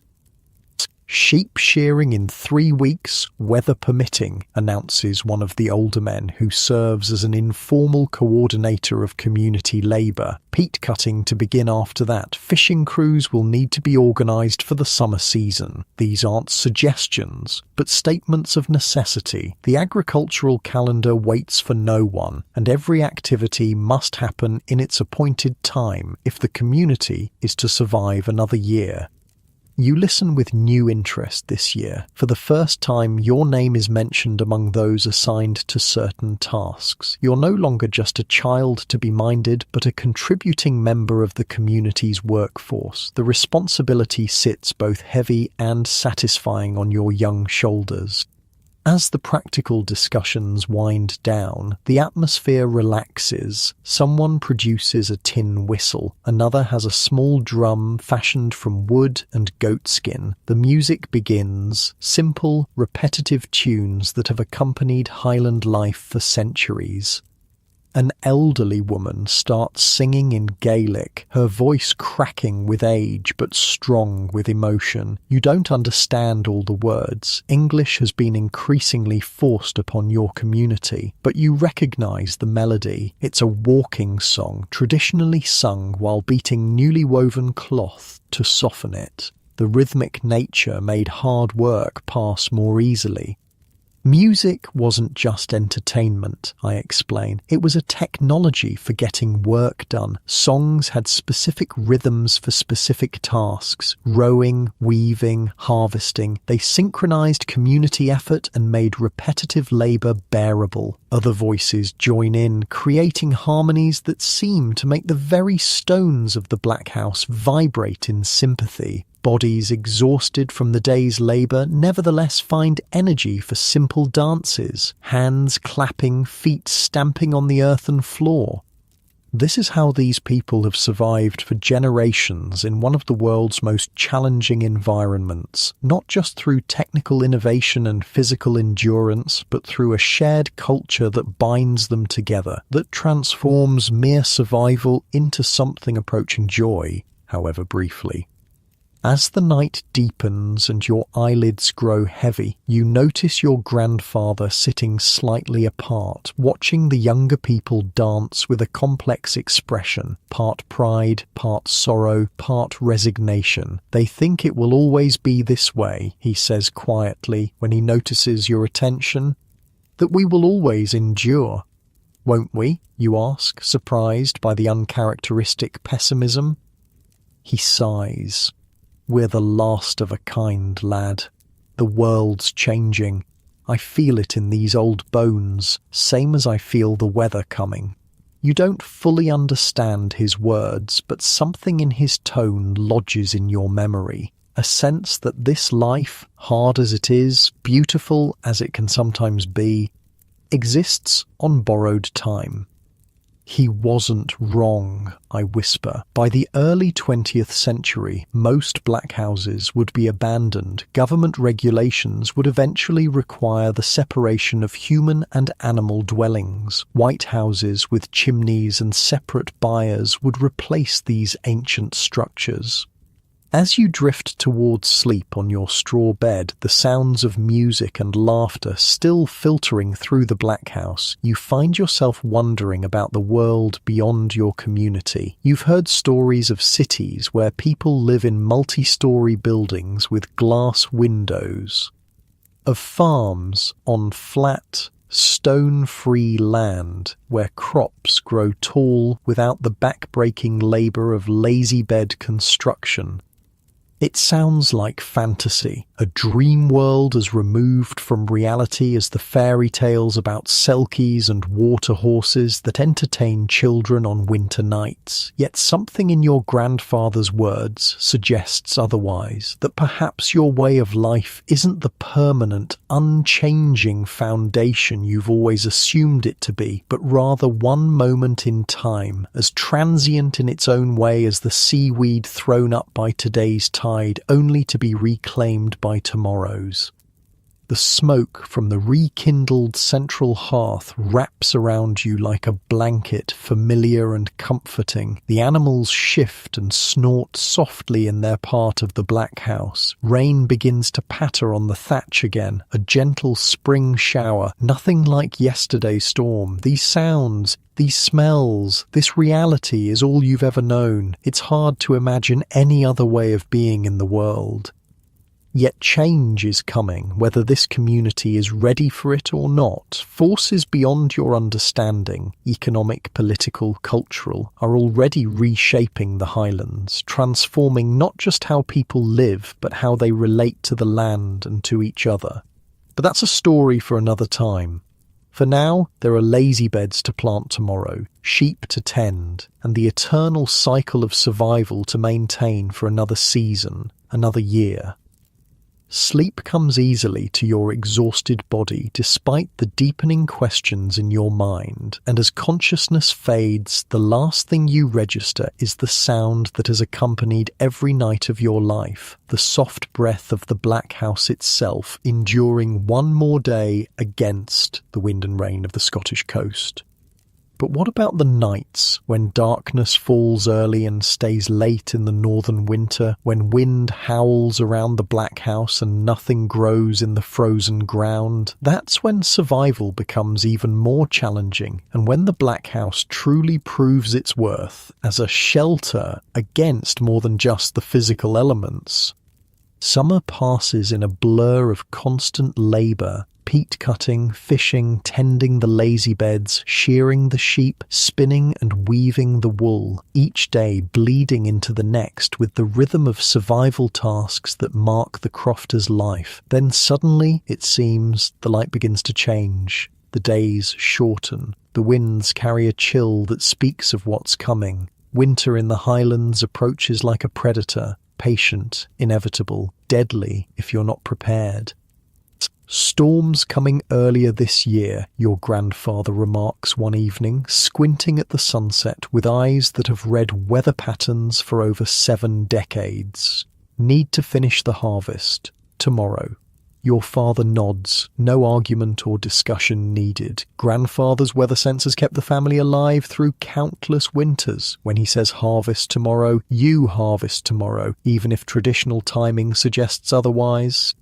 Dawn brings frantic activity as every able body in the community moves to bring in whatever crops have managed to grow in the stubborn, rocky soil. The potatoes from your lazy beds have done reasonably well, not a bounty by any means, but enough to see you through if carefully rationed. Barley has struggled more, but there will be some flour for bread, at least for a while. Ever notice how we romanticize harvest time? I interject. All those pretty paintings of abundant cornucopias and rosy-cheeked farmers. Yeah, real historical harvests were often desperate races against starvation, especially in places like this. By midday, dark clouds mass on the horizon, exactly as your grandfather predicted. The wind picks up, carrying the first spits of rain. Everyone works faster, fingers cramping, backs screaming in protest as they bend and dig and haul.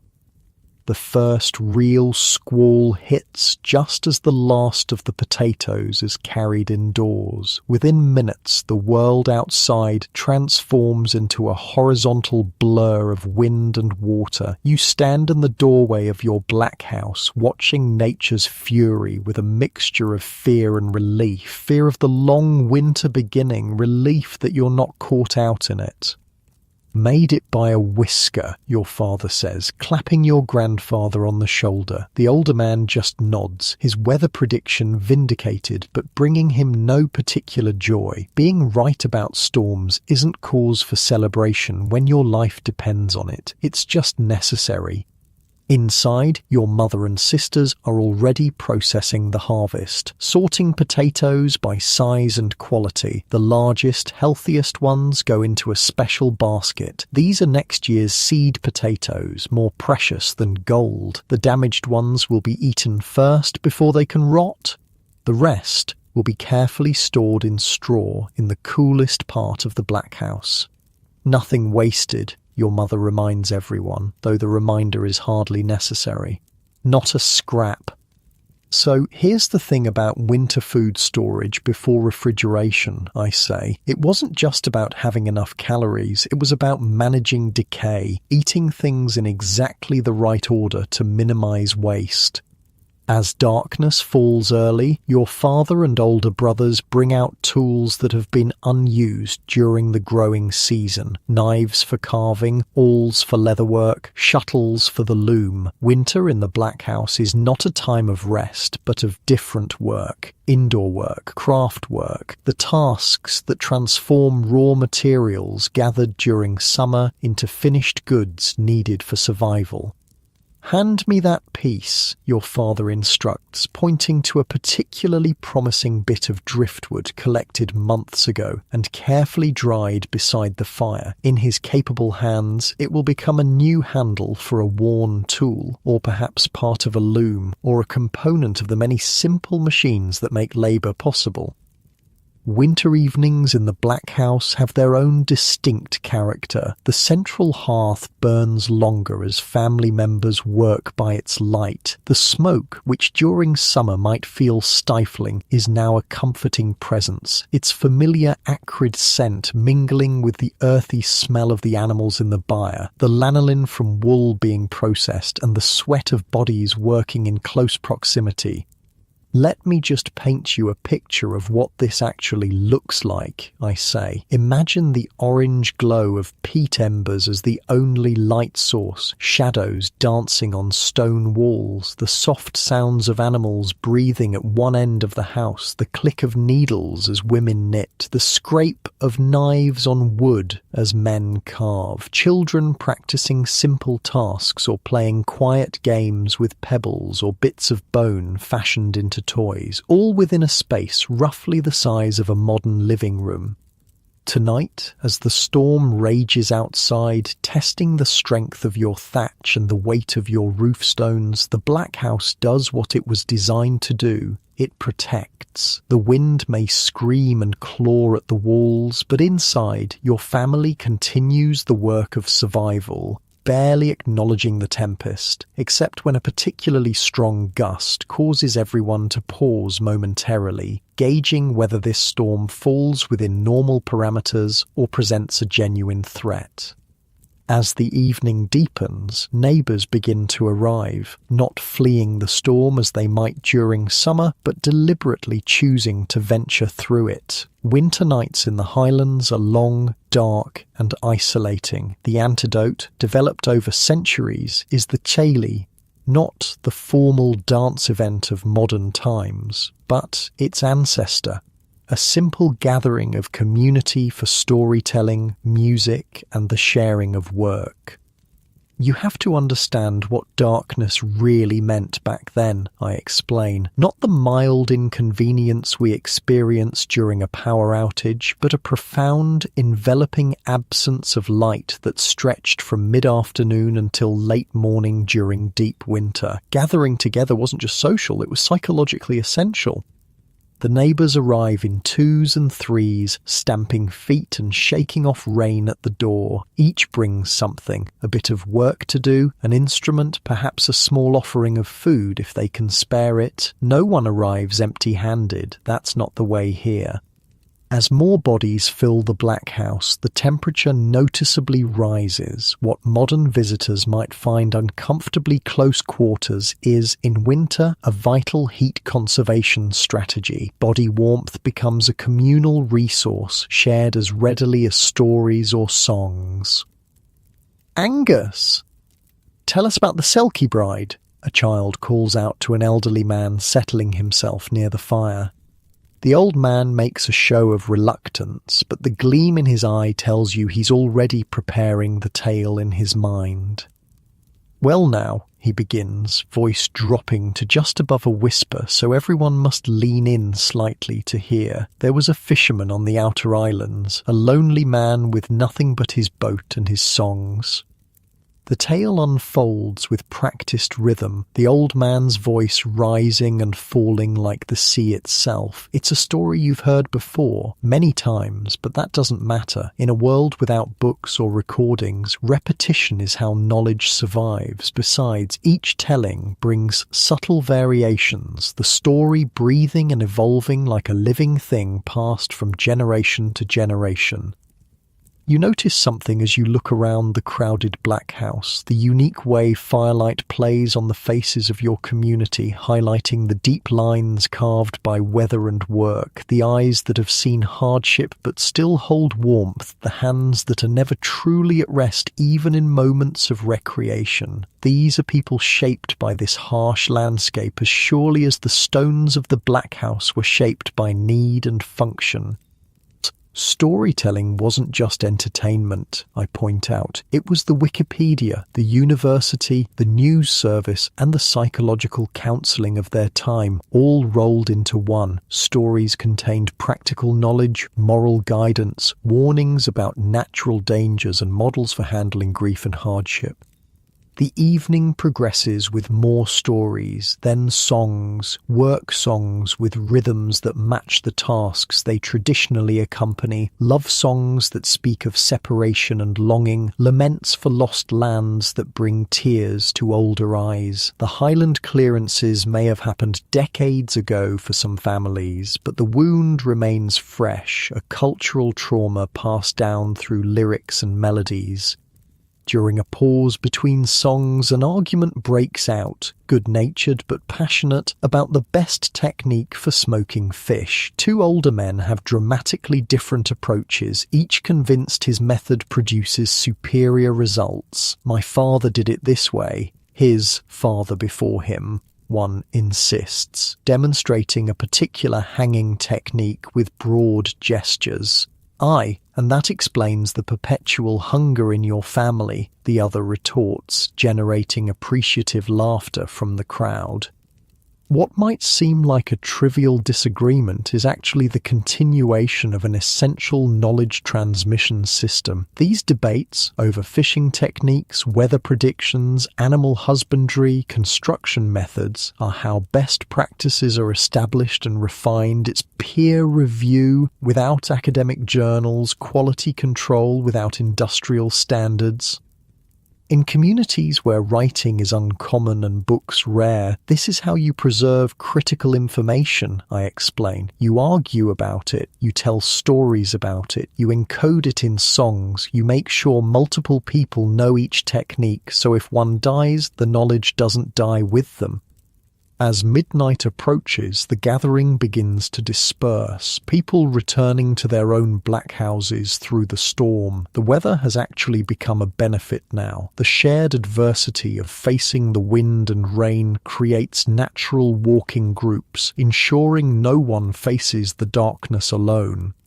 Your family settles for the night, the black house feeling suddenly larger and quieter with the departure of guests. The fire is banked carefully, damped down but never ever extinguished. The animals in the byre shift and snort as they too prepare for sleep. Your grandfather, instead of heading to his sleeping area, beckons you to join him near the embers of the fire. This is unusual. Normally, bedtime is non-negotiable, especially for children. "Want to show you something?" he says quietly, unwrapping a small package from within his coat. It's a book, one of perhaps 3 your family owns, and easily the most precious. "Can't sleep," he explains. "Storm nights remind me too much of the clearance." You sit beside him, honoured by this rare moment of confidence. Your grandfather was just a boy when your family was forced from their inland home, more fertile land that had supported your ancestors for countless generations. The trauma of that eviction still haunts him. The sight of the burning thatch as landlords ensured no one could return. The long march to the coast with whatever possessions could be carried, the first desperate winter trying to create shelter in this inhospitable place. "They gave us one day," he says, echoing the stories you've heard at Sealids. "One day to leave behind everything but what we could carry." The book he's unwrapped contains handwritten records, births, deaths, marriages, but also descriptions of the inland farm, detailed notes on the farming techniques that worked there, knowledge preserved not through oral tradition, but through the rare luxury of literacy possessed by some ancestor. "Can't read it myself," he admits. "Your father can show you someday. Important to know where we came from, who we were before." He gestures vaguely at the stone walls around you. The psychological impact of the clearances can't be overstated, I interject softly. Imagine being told that sheep are more valuable than your entire community, that generations of your family's work meant nothing compared to potential wool profits, then being forced to remake your entire life on land that could barely support human existence. You listen as your grandfather speaks more openly than you've ever heard, sharing memories he usually keeps locked tightly away. The black house around you takes on new meaning, not just a clever adaptation to harsh conditions, but a symbol of resilience after devastation, of a people who refused to disappear even when the powers of the day decided they should. We endured, he concludes simply, rewrapping the precious book. Remember that. Later, lying on your straw bed, you find yourself newly aware of the black house around you, the stones that your displaced ancestors gathered and fitted by hand, the roof crafted from whatever materials could be found, the careful integration of humans and animals into a single survival system. Not just a home, but a statement. We are still here. Sleep comes with dreams of places you've never seen, the fertile valleys of your family's ancestral lands, green and sheltered in ways this coastal edge can never be. You wonder if some cellular memory has preserved these images, passed down through generations, along with the techniques for building walls and cutting peat. Morning arrives with a temporary break in the storm. Your father stands at the door, assessing. "Good day for the fish traps," he announces. Storms drive them closer to shore, and so winter life in the black house continues, a constant calculation of weather opportunities, resource management, and work allocation. The storm might give you fish today, but prevent peat gathering tomorrow. Each decision a complex equation with survival as the only acceptable solution.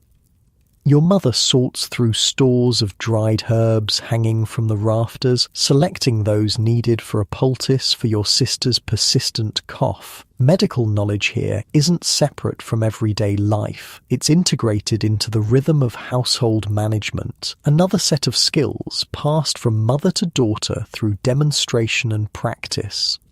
You know, modern people tend to compartmentalize knowledge, I observe. Medicine is separate from cooking, is separate from building. But in Black House life, it was all one continuous body of survival information. The same woman who wove your blanket also knew which plants would bring down a fever and how to deliver a breech calf.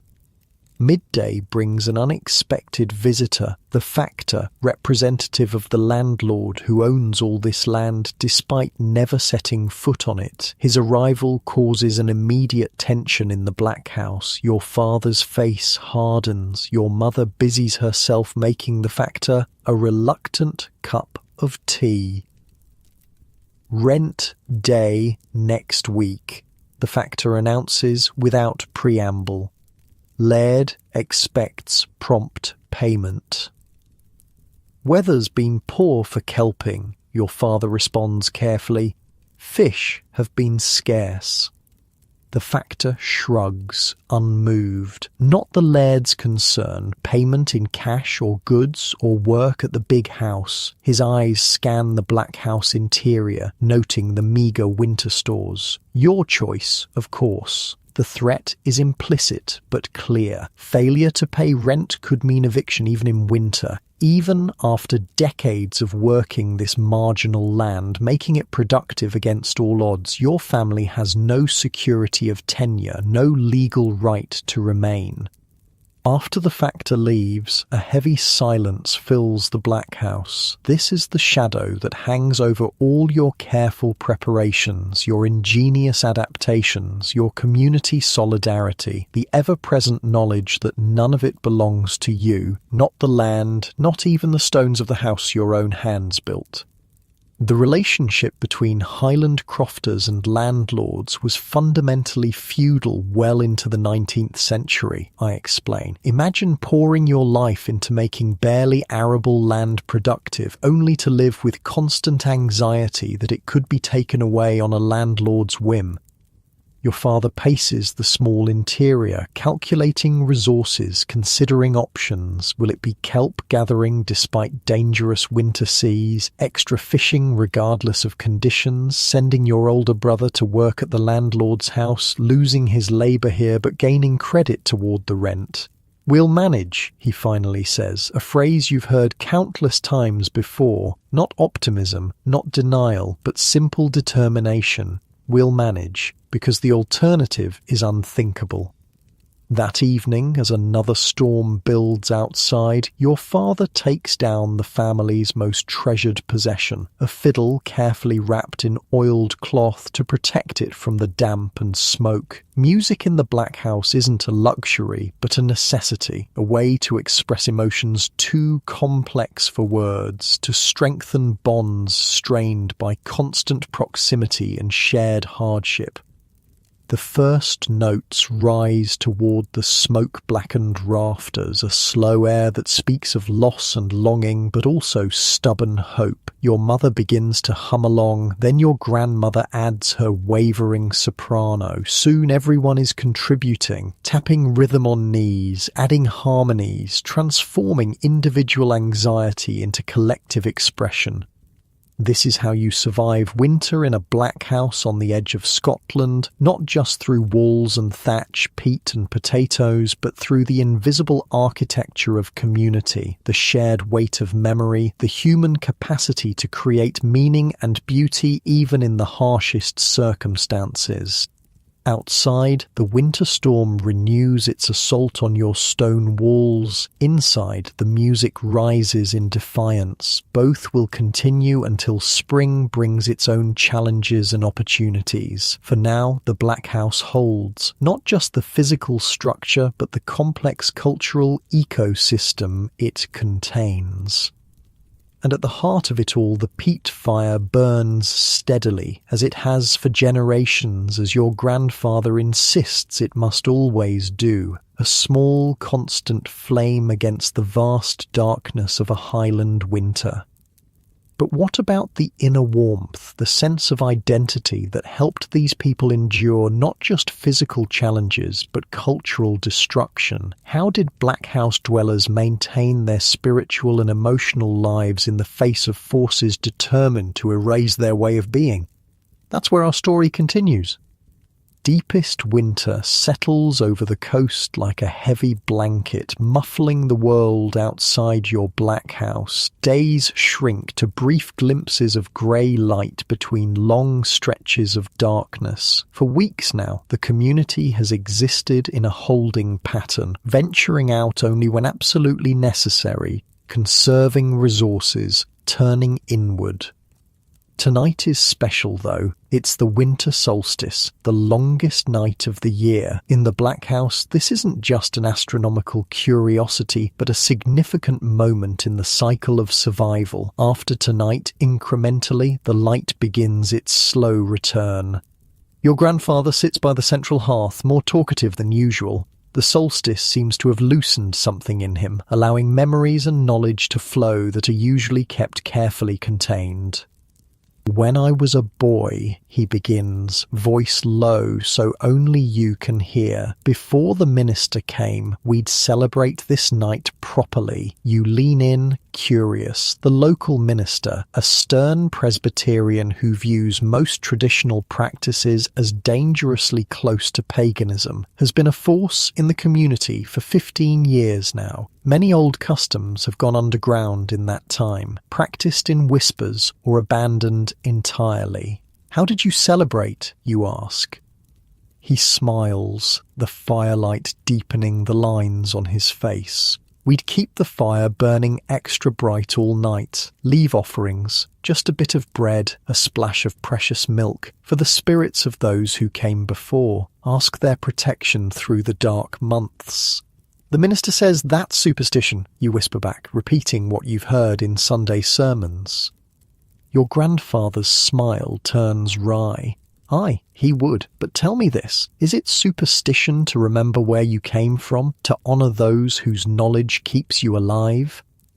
I spent ages researching the religious and spiritual tensions in these communities, I interject. The clash between ancient folk beliefs and Presbyterian Christianity created this fascinating spiritual hybrid in many Black House communities. They'd go to church on Sunday, then come home and quietly maintain traditions that predated Christianity by centuries.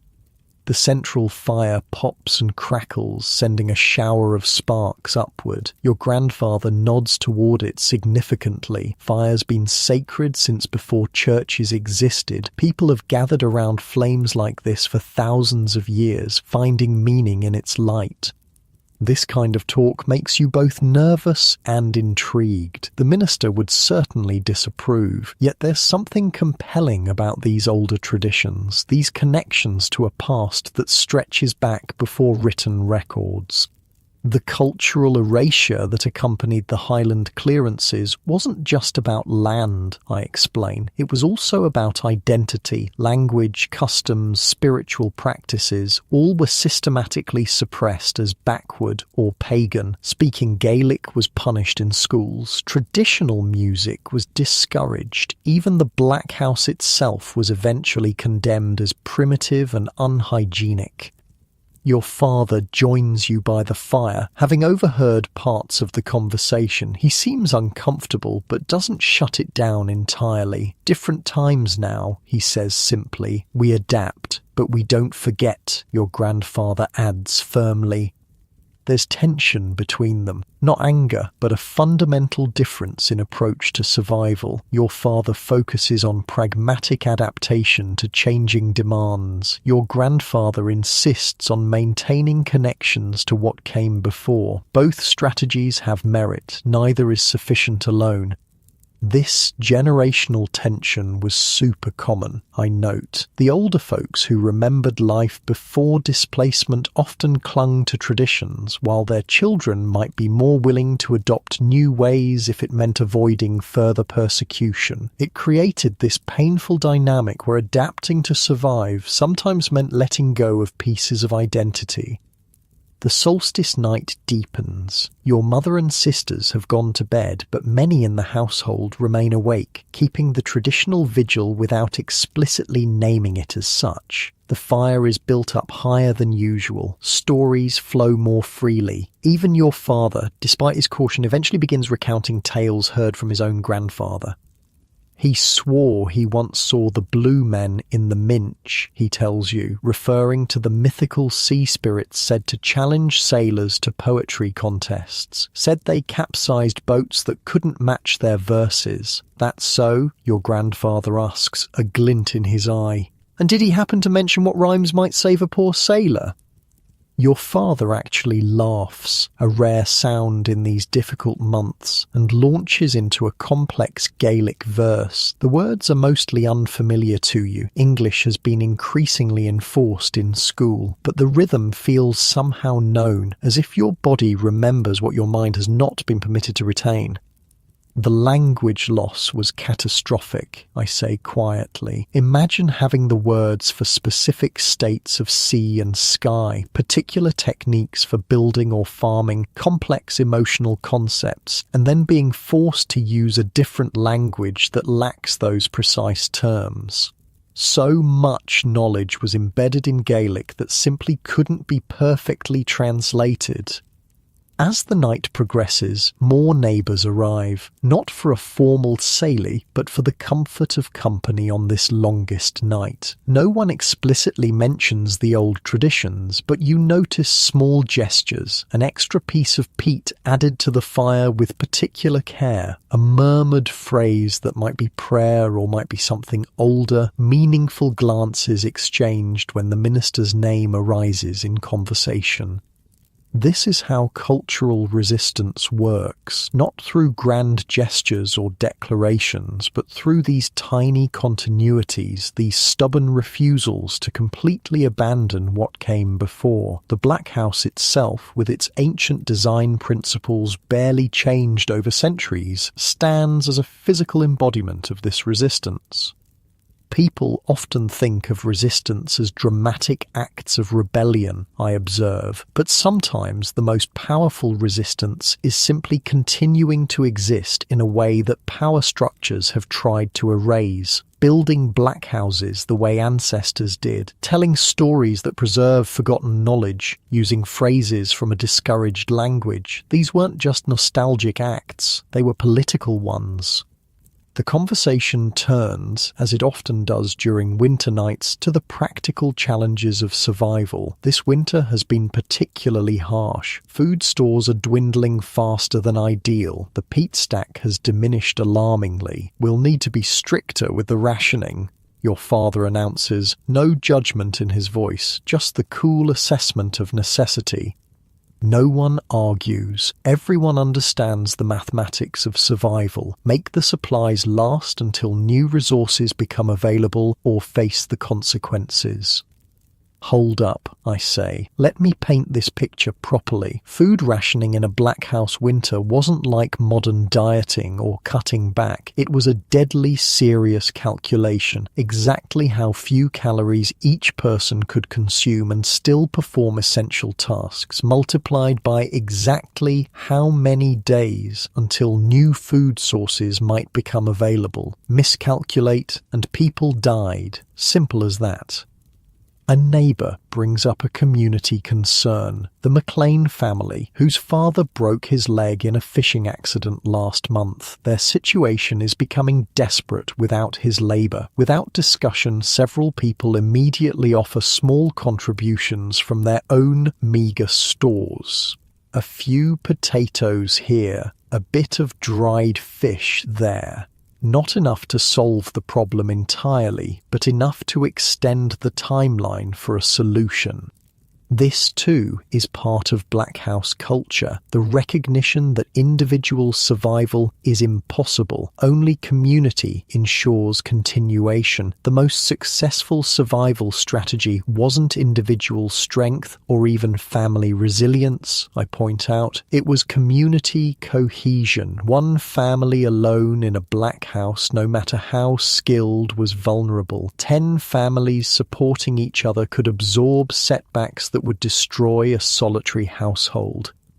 The night wears on. Children who tried to stay awake for the adult conversations have long since drifted to sleep, curled on benches or directly on the floor near the fire. Conversations fragment and reform like the patterns in the peat flames. Your grandfather motions you closer again, his voice dropping even lower. Important to remember something, he says, eyes on the fire rather than your face. This life, it's hard, no denying, but it's not just hardship, there's beauty in it too. You follow his gaze into the heart of the glowing peat. What kind of beauty? His weathered hand makes a gesture that somehow encompasses the entire Black House, the sleeping children, the community members sharing stories, the animals shifting quietly in the byre, the play of firelight on ancient stone walls. This, he says simply, being together, knowing your place in the world, understanding the land and sea and sky well enough to survive by them. Most folks now live their whole lives without ever truly knowing where they are. You're not entirely sure what he means, but something in his tone suggests importance, so you nod and store the words away to consider later. That sense of place, of belonging, was something these communities had that many modern people lack, I explain. Despite, or maybe because of, the harsh conditions, they developed this profound relationship with their specific environment. They could read the landscape like we read text, perceiving subtle signals and changes invisible to outsiders. As midnight approaches, conversation dwindles. The fire is carefully banked to last the night. Neighbours depart for their own black houses, borrowing burning peat if needed to revive their own fires, another ancient practice that serves both practical need and symbolic connection. Your family settles for sleep, but you find yourself restless, aware of the significance of this longest night. From your straw bed, you watch the faint orange glow of the embers painting patterns on the stone walls, listening to the breathing of your family members and the occasional soft sounds from the animals. This is when you notice something you rarely pay attention to, how the Black House breathes with its inhabitants, the slight movement of air through the thatch carrying away some smoke, the almost imperceptible expansion and contraction of the walls with temperature changes. The way the whole structure seems to huddle against the winter wind, just as the bodies inside huddle together for warmth. The Black House was practically a living organism, I say softly, constantly adjusting, adapting, responding to conditions. Modern buildings are designed to be static, unchanging. These structures were designed to flex, to breathe, to age and transform over time, just like the people who built them. Sleep eventually claims you, deep and dreamless in the profound darkness. When you wake, it's to complete blackness and the sounds of your father and brothers preparing to go out. Time to check the fishing creels placed yesterday, to bring in water, to tend to essential outside tasks during the brief daylight. Storms past, your father announces. Good light today. After the men leave, the Black House settles into its women's rhythm. A different kind of day begins. Your mother instructs you to bring more peat inside while she tends the fire. Your sisters are already at work processing wool, their fingers flying despite the cold. The interior of the Black House looks different in winter morning light filtering through the open door, the smoke hanging lower without the day's heat to lift it, the walls seeming somehow closer, the central hearth a precious island of warmth in a sea of chill. "Wait!" your mother says suddenly, interrupting her own task. "Listen." Everyone freezes, straining to hear whatever has caught her attention. At first, there's nothing, just the normal creaks and shifts of the Black House, the soft sounds of animals. Then you catch it, a faint high keening coming from the byre end of the house. "The ewe," your mother says, already moving. "Her time's come early." This is unexpected. The pregnant sheep wasn't due to deliver until closer to spring. A winter lamb is a mixed blessing. New life and potential resources, but additional drain on limited feed and serious risk to the animal's survival. The next hours transform the Black House into a birthing chamber. The ewe is carefully separated from other animals, given the cleanest available bedding. Your mother sends you to a neighbor's house to borrow special herbs kept for difficult births. Your sisters heat water, prepare clean cloths.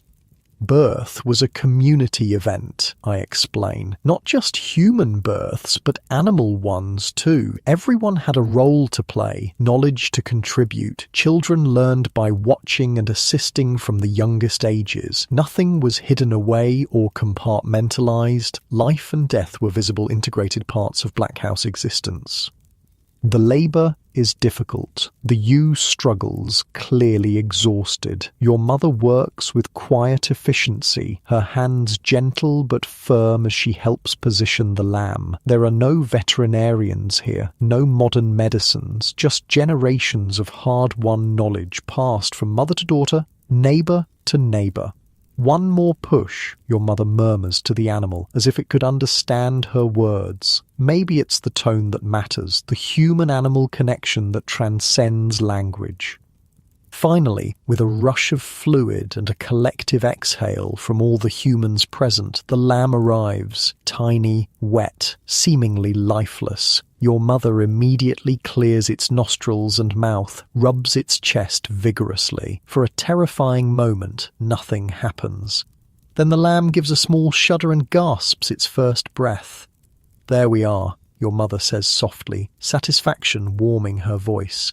"Stubborn one, just like your dam."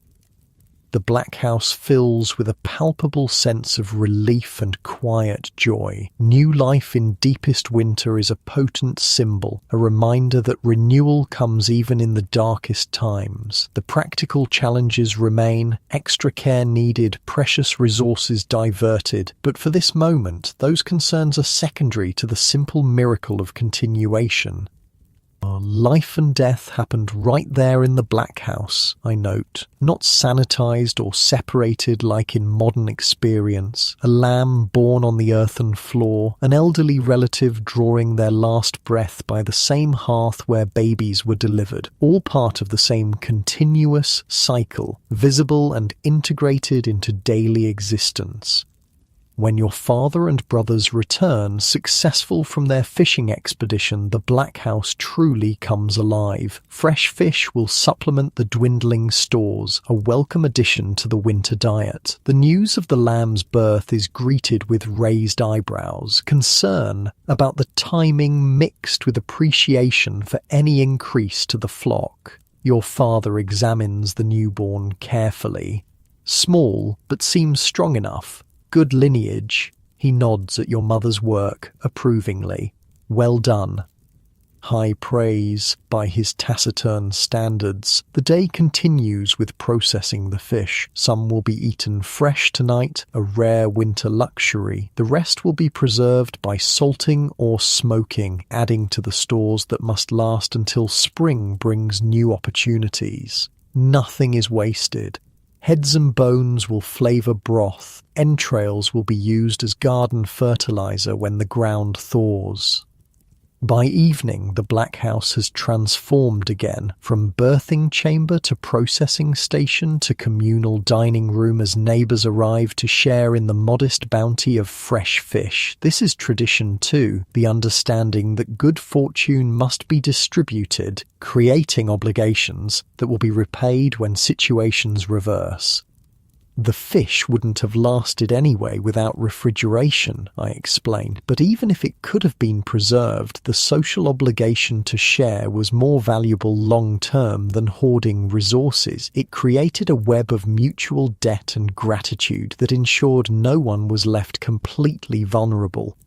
As the brief winter day fades to darkness, the Black House becomes a sanctuary of light and warmth against the pressing night. The fresh fish makes a simple but satisfying meal, stretched with potatoes and whatever greens could be coaxed from the winter garden. Conversation flows more easily with full bellies. Stories emerge. Some you've heard countless times, some new even to the oldest listeners. This oral tradition isn't just entertainment. It's the community's archive, its institutional memory, its collective wisdom maintained without writing or records. Before mass literacy, people developed incredible memory techniques, I point out. They could recite genealogies going back 20 generations. They memorized hundreds of medicinal plant uses, weather patterns over decades, complex navigational knowledge. The human brain properly trained is an astonishing storage device.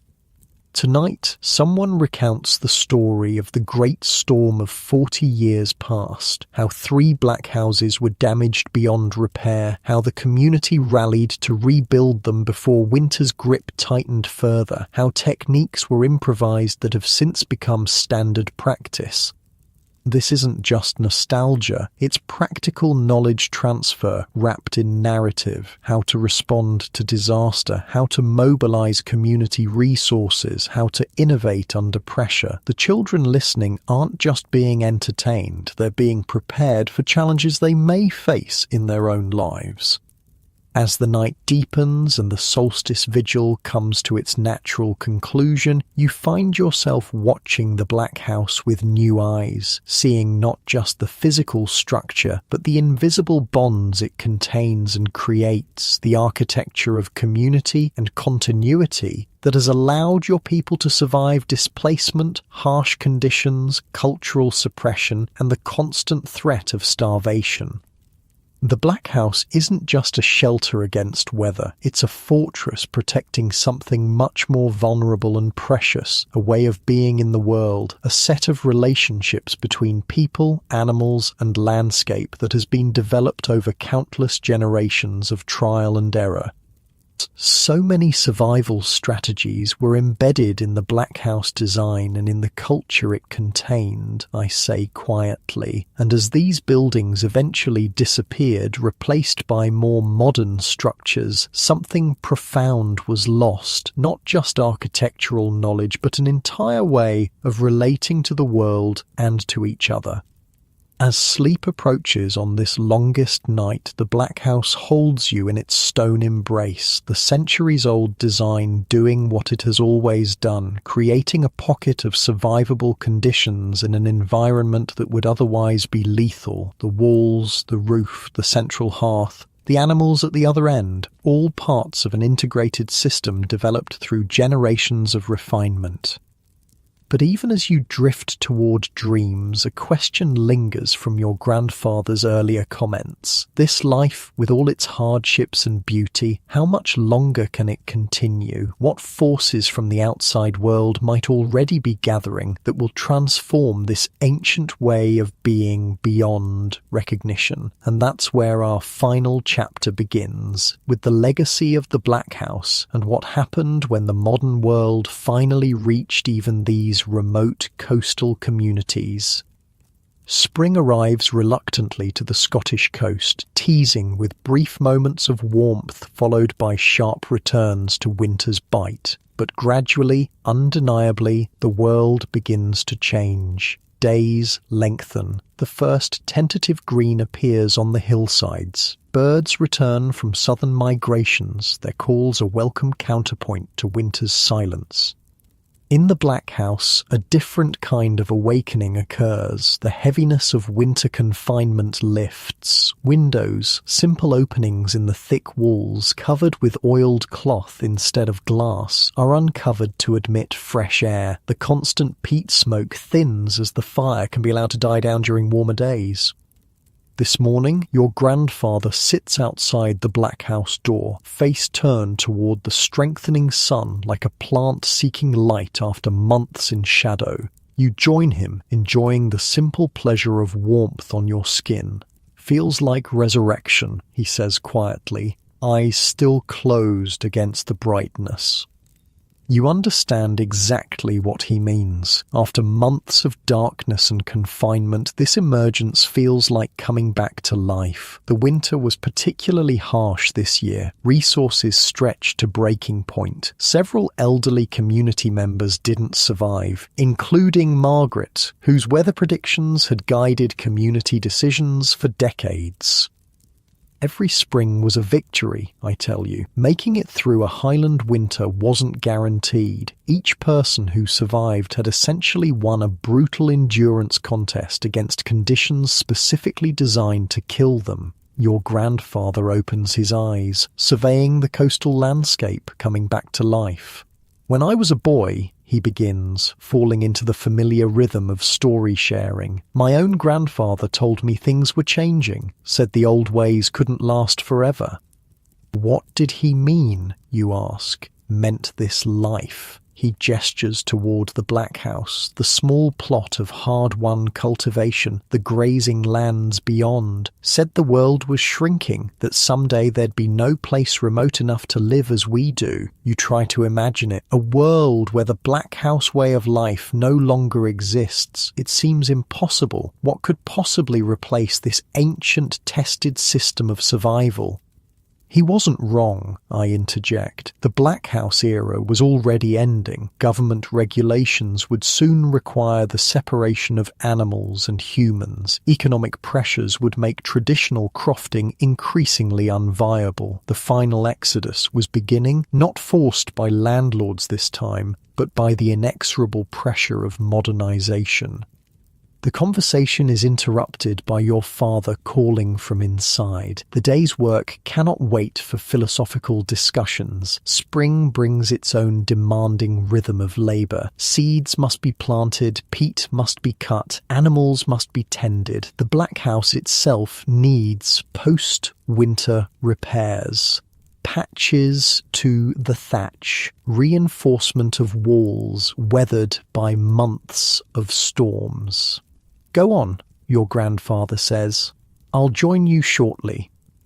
Inside, the Black House hums with activity. Your mother and sisters sort through precious seed potatoes, selecting the strongest for planting. Your brothers prepare tools that have lain mostly dormant through winter. Your father studies a damaged section of the inner wall, planning repairs.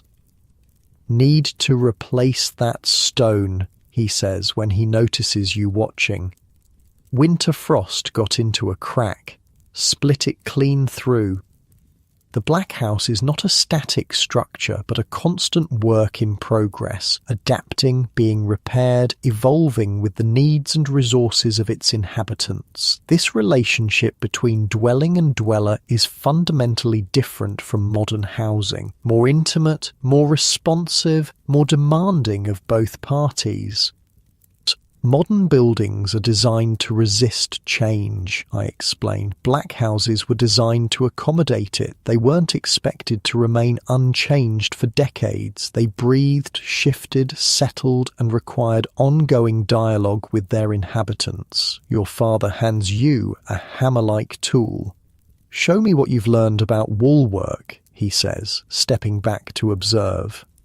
This is how knowledge transfers in your world, not through formal instruction, but through demonstration, observation, and supervised practice. You've watched countless wall repairs since you were old enough to toddle around the Black House. Now it's time to prove you've absorbed the lessons.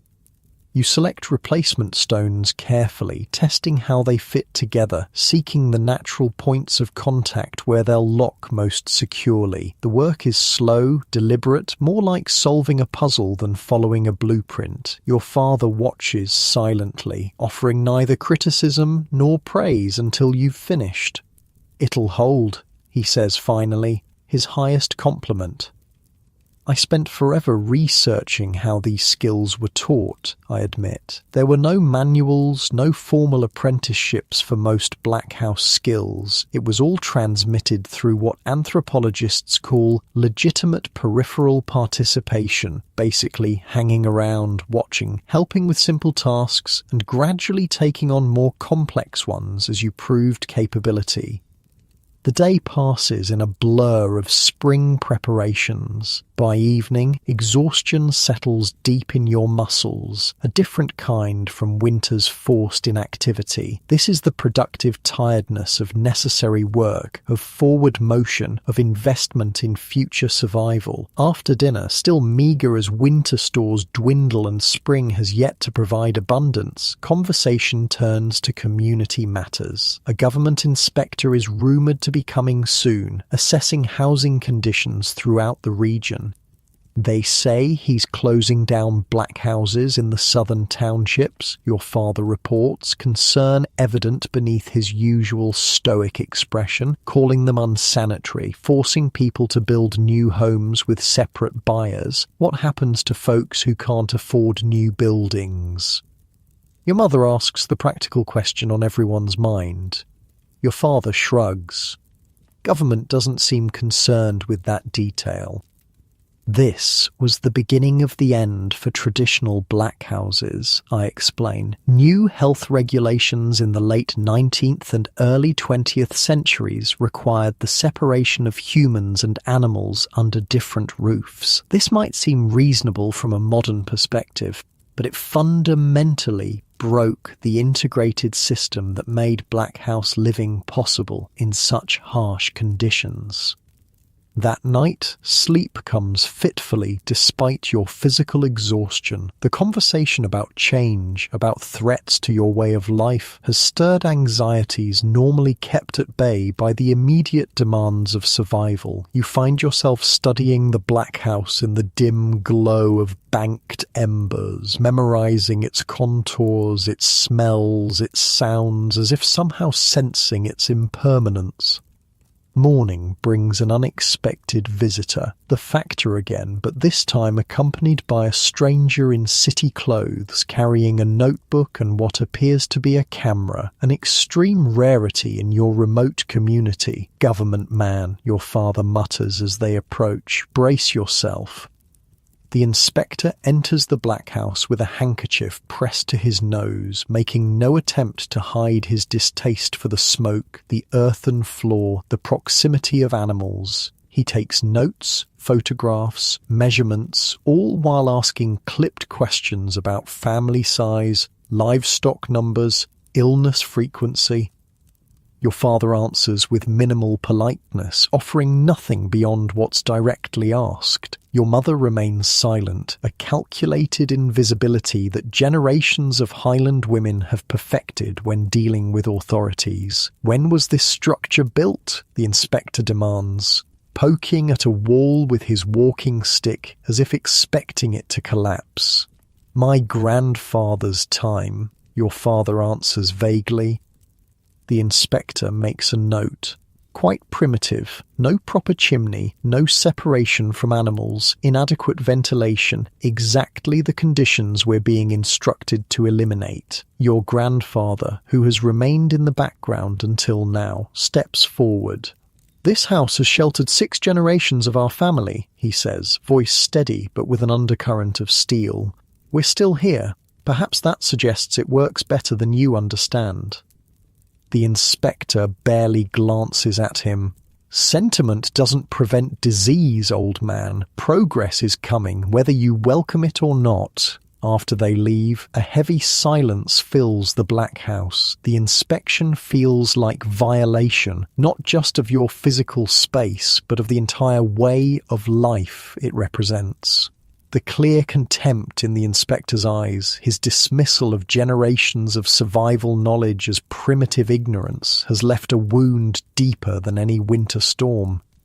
The cultural arrogance was staggering, I interject. These government officials had no understanding of the integrated system they were dismantling, how the smoke preserved the thatch and created antibacterial conditions, how the animal heat was essential for winter survival, how the whole structure worked as a single organism adapted to specific environmental conditions.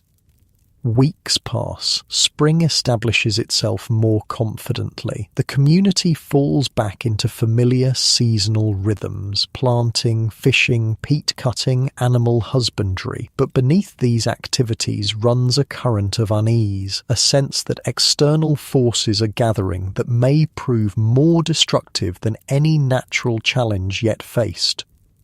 Word comes from neighbouring townships that eviction notices have been served on Black House dwellers who cannot or will not comply with new building regulations. Some are being relocated to purpose-built crofting communities with approved housing designs. Others are simply being displaced, forced to seek work in coastal towns or distant cities. "So they're doing it again," your grandfather says bitterly when the news reaches your family. "Different words, same result, clearing us from the land."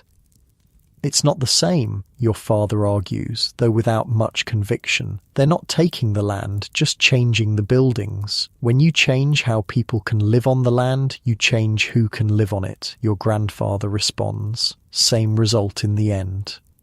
"That's actually profound as hell," I note. Your grandfather identified something modern society still struggles with, that architectural requirements are a form of social engineering, determining who can afford to live where and how.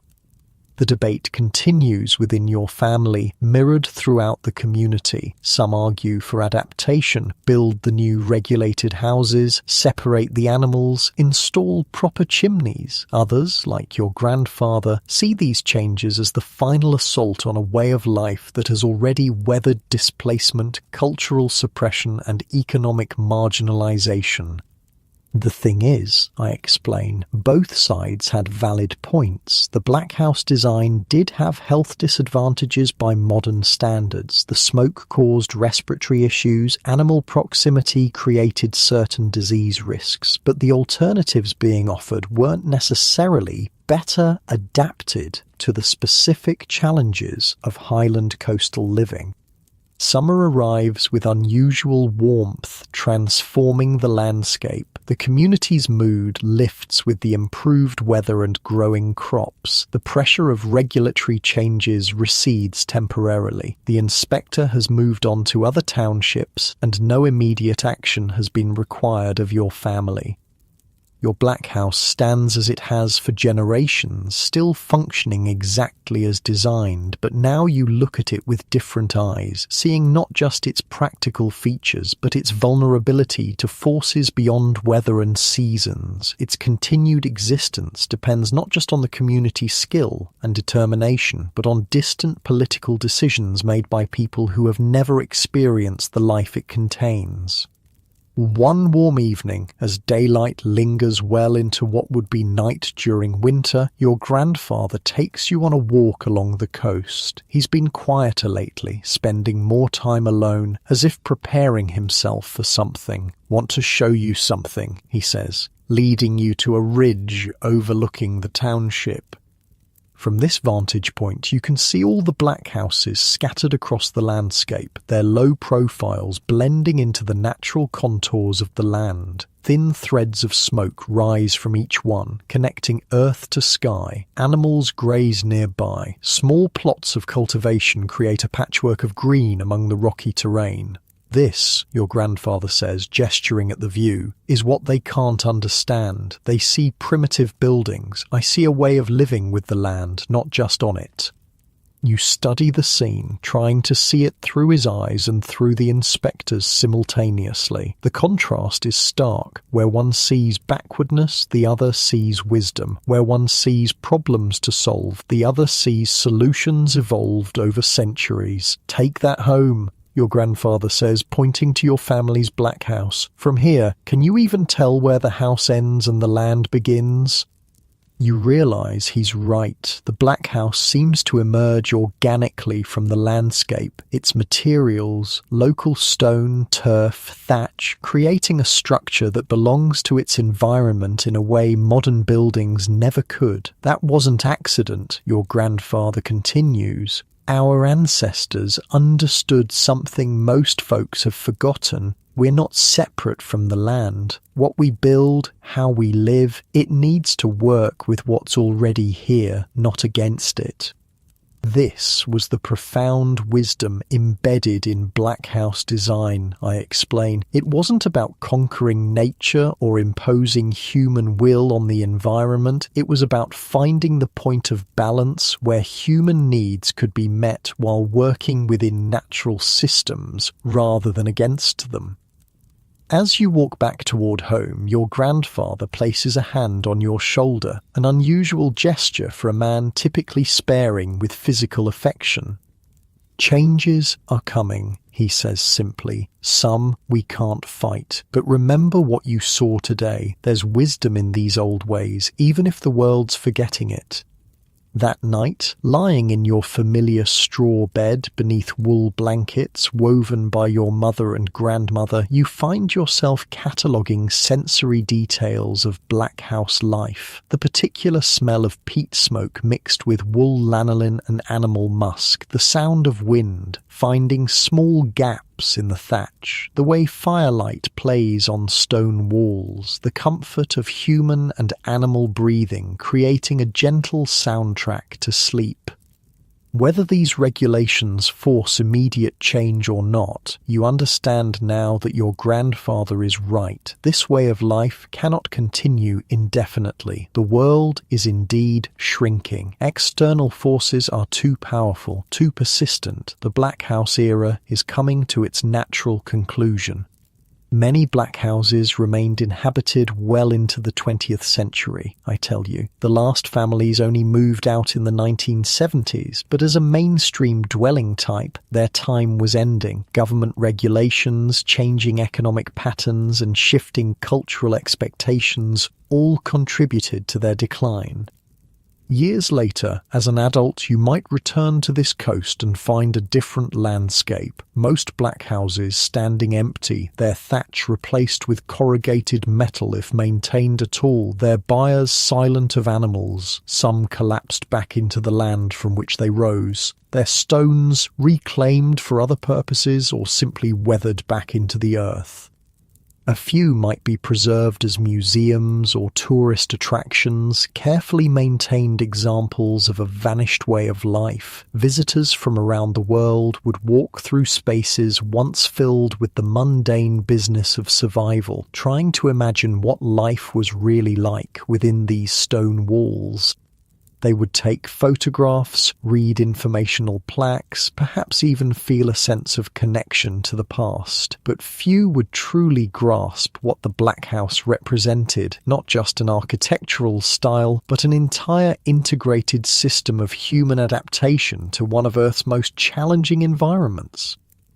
And that's exactly what happened, I say softly. Today you can visit Black House museums on Lewis and other islands. They're fascinating glimpses into the past, but they're empty vessels now. The living culture that animated them, the integrated knowledge system they contained, the human-animal landscape relationship they facilitated, all that is largely gone.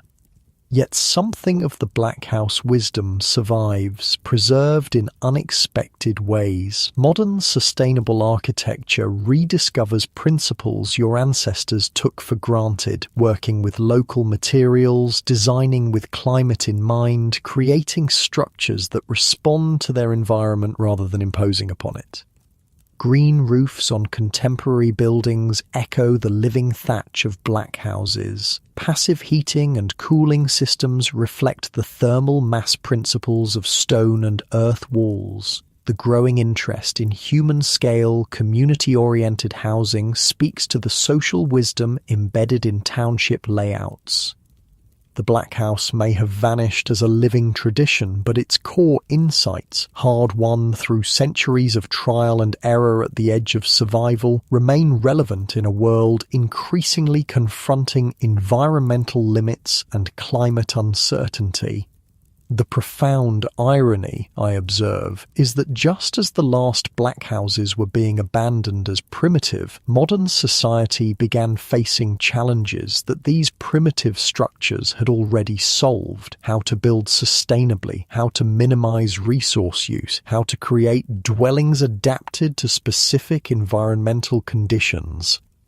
Perhaps most importantly, the Black House offers a philosophical lesson increasingly urgent in our contemporary context. It demonstrates a different way of conceiving the human relationship with the natural world, not as conquest or control, but as conversation and adaptation. Its builders didn't try to create perfect environmental isolation or to overcome natural constraints. Instead, they worked within them, developing a dwelling that breathed with its environment, that aged and shifted and required ongoing attention, much like the human body itself. In a world now grappling with the consequences of treating nature as something to be conquered rather than collaborated with, this ancient wisdom takes on new significance. The Black House stands as testimony to a different possibility, a way of meeting human needs while remaining in dialogue with the natural systems that ultimately sustain all life. As you drift towards sleep in your comfortable modern bed with its climate control and synthetic materials, perhaps there's something to learn from those smoke-filled, earth-floored dwellings that sheltered generations on the edge of the Atlantic. Not a romantic return to harder times, but a reclaiming of certain wisdom about resilience, community, and living within limits. The Black House wasn't perfect. Life within its walls was undeniably difficult by modern standards, but it represented an accumulated wisdom about survival that deserves recognition and respect, a reminder that progress isn't always linear, that what looks primitive might contain sophisticated adaptations lost in supposedly advanced alternatives. In your dreams tonight, perhaps you'll walk through that stone doorway once more, feel the warmth of the central hearth, hear the soft sounds of animals in the byre, sense the presence of generations who survived against incredible odds in one of Earth's most challenging environments. And in that dream, maybe you'll understand what your grandfather meant when he spoke of the beauty within the hardship, the profound sense of place, purpose, and connection that came with truly knowing how to live in balance with a specific piece of earth. As the modern world faces its own set of existential challenges, there are worse guides to consult than the builders of black houses, those masters of adaptation who understood that true security comes not from imposing human will upon the environment, but from finding the sweet spot where human needs and natural systems can coexist in dynamic, responsive relationship. The black house is gone, but what it can teach us remains, if we're willing to listen to the wisdom embedded in stone and earth and the stubborn resilience of people who refused to disappear even when history seemed determined to erase them from the map. Sleep well, dreaming perhaps of stone walls warmed by centuries of peat fires, of communities that held together against all odds, of knowledge passed hand to hand through generations.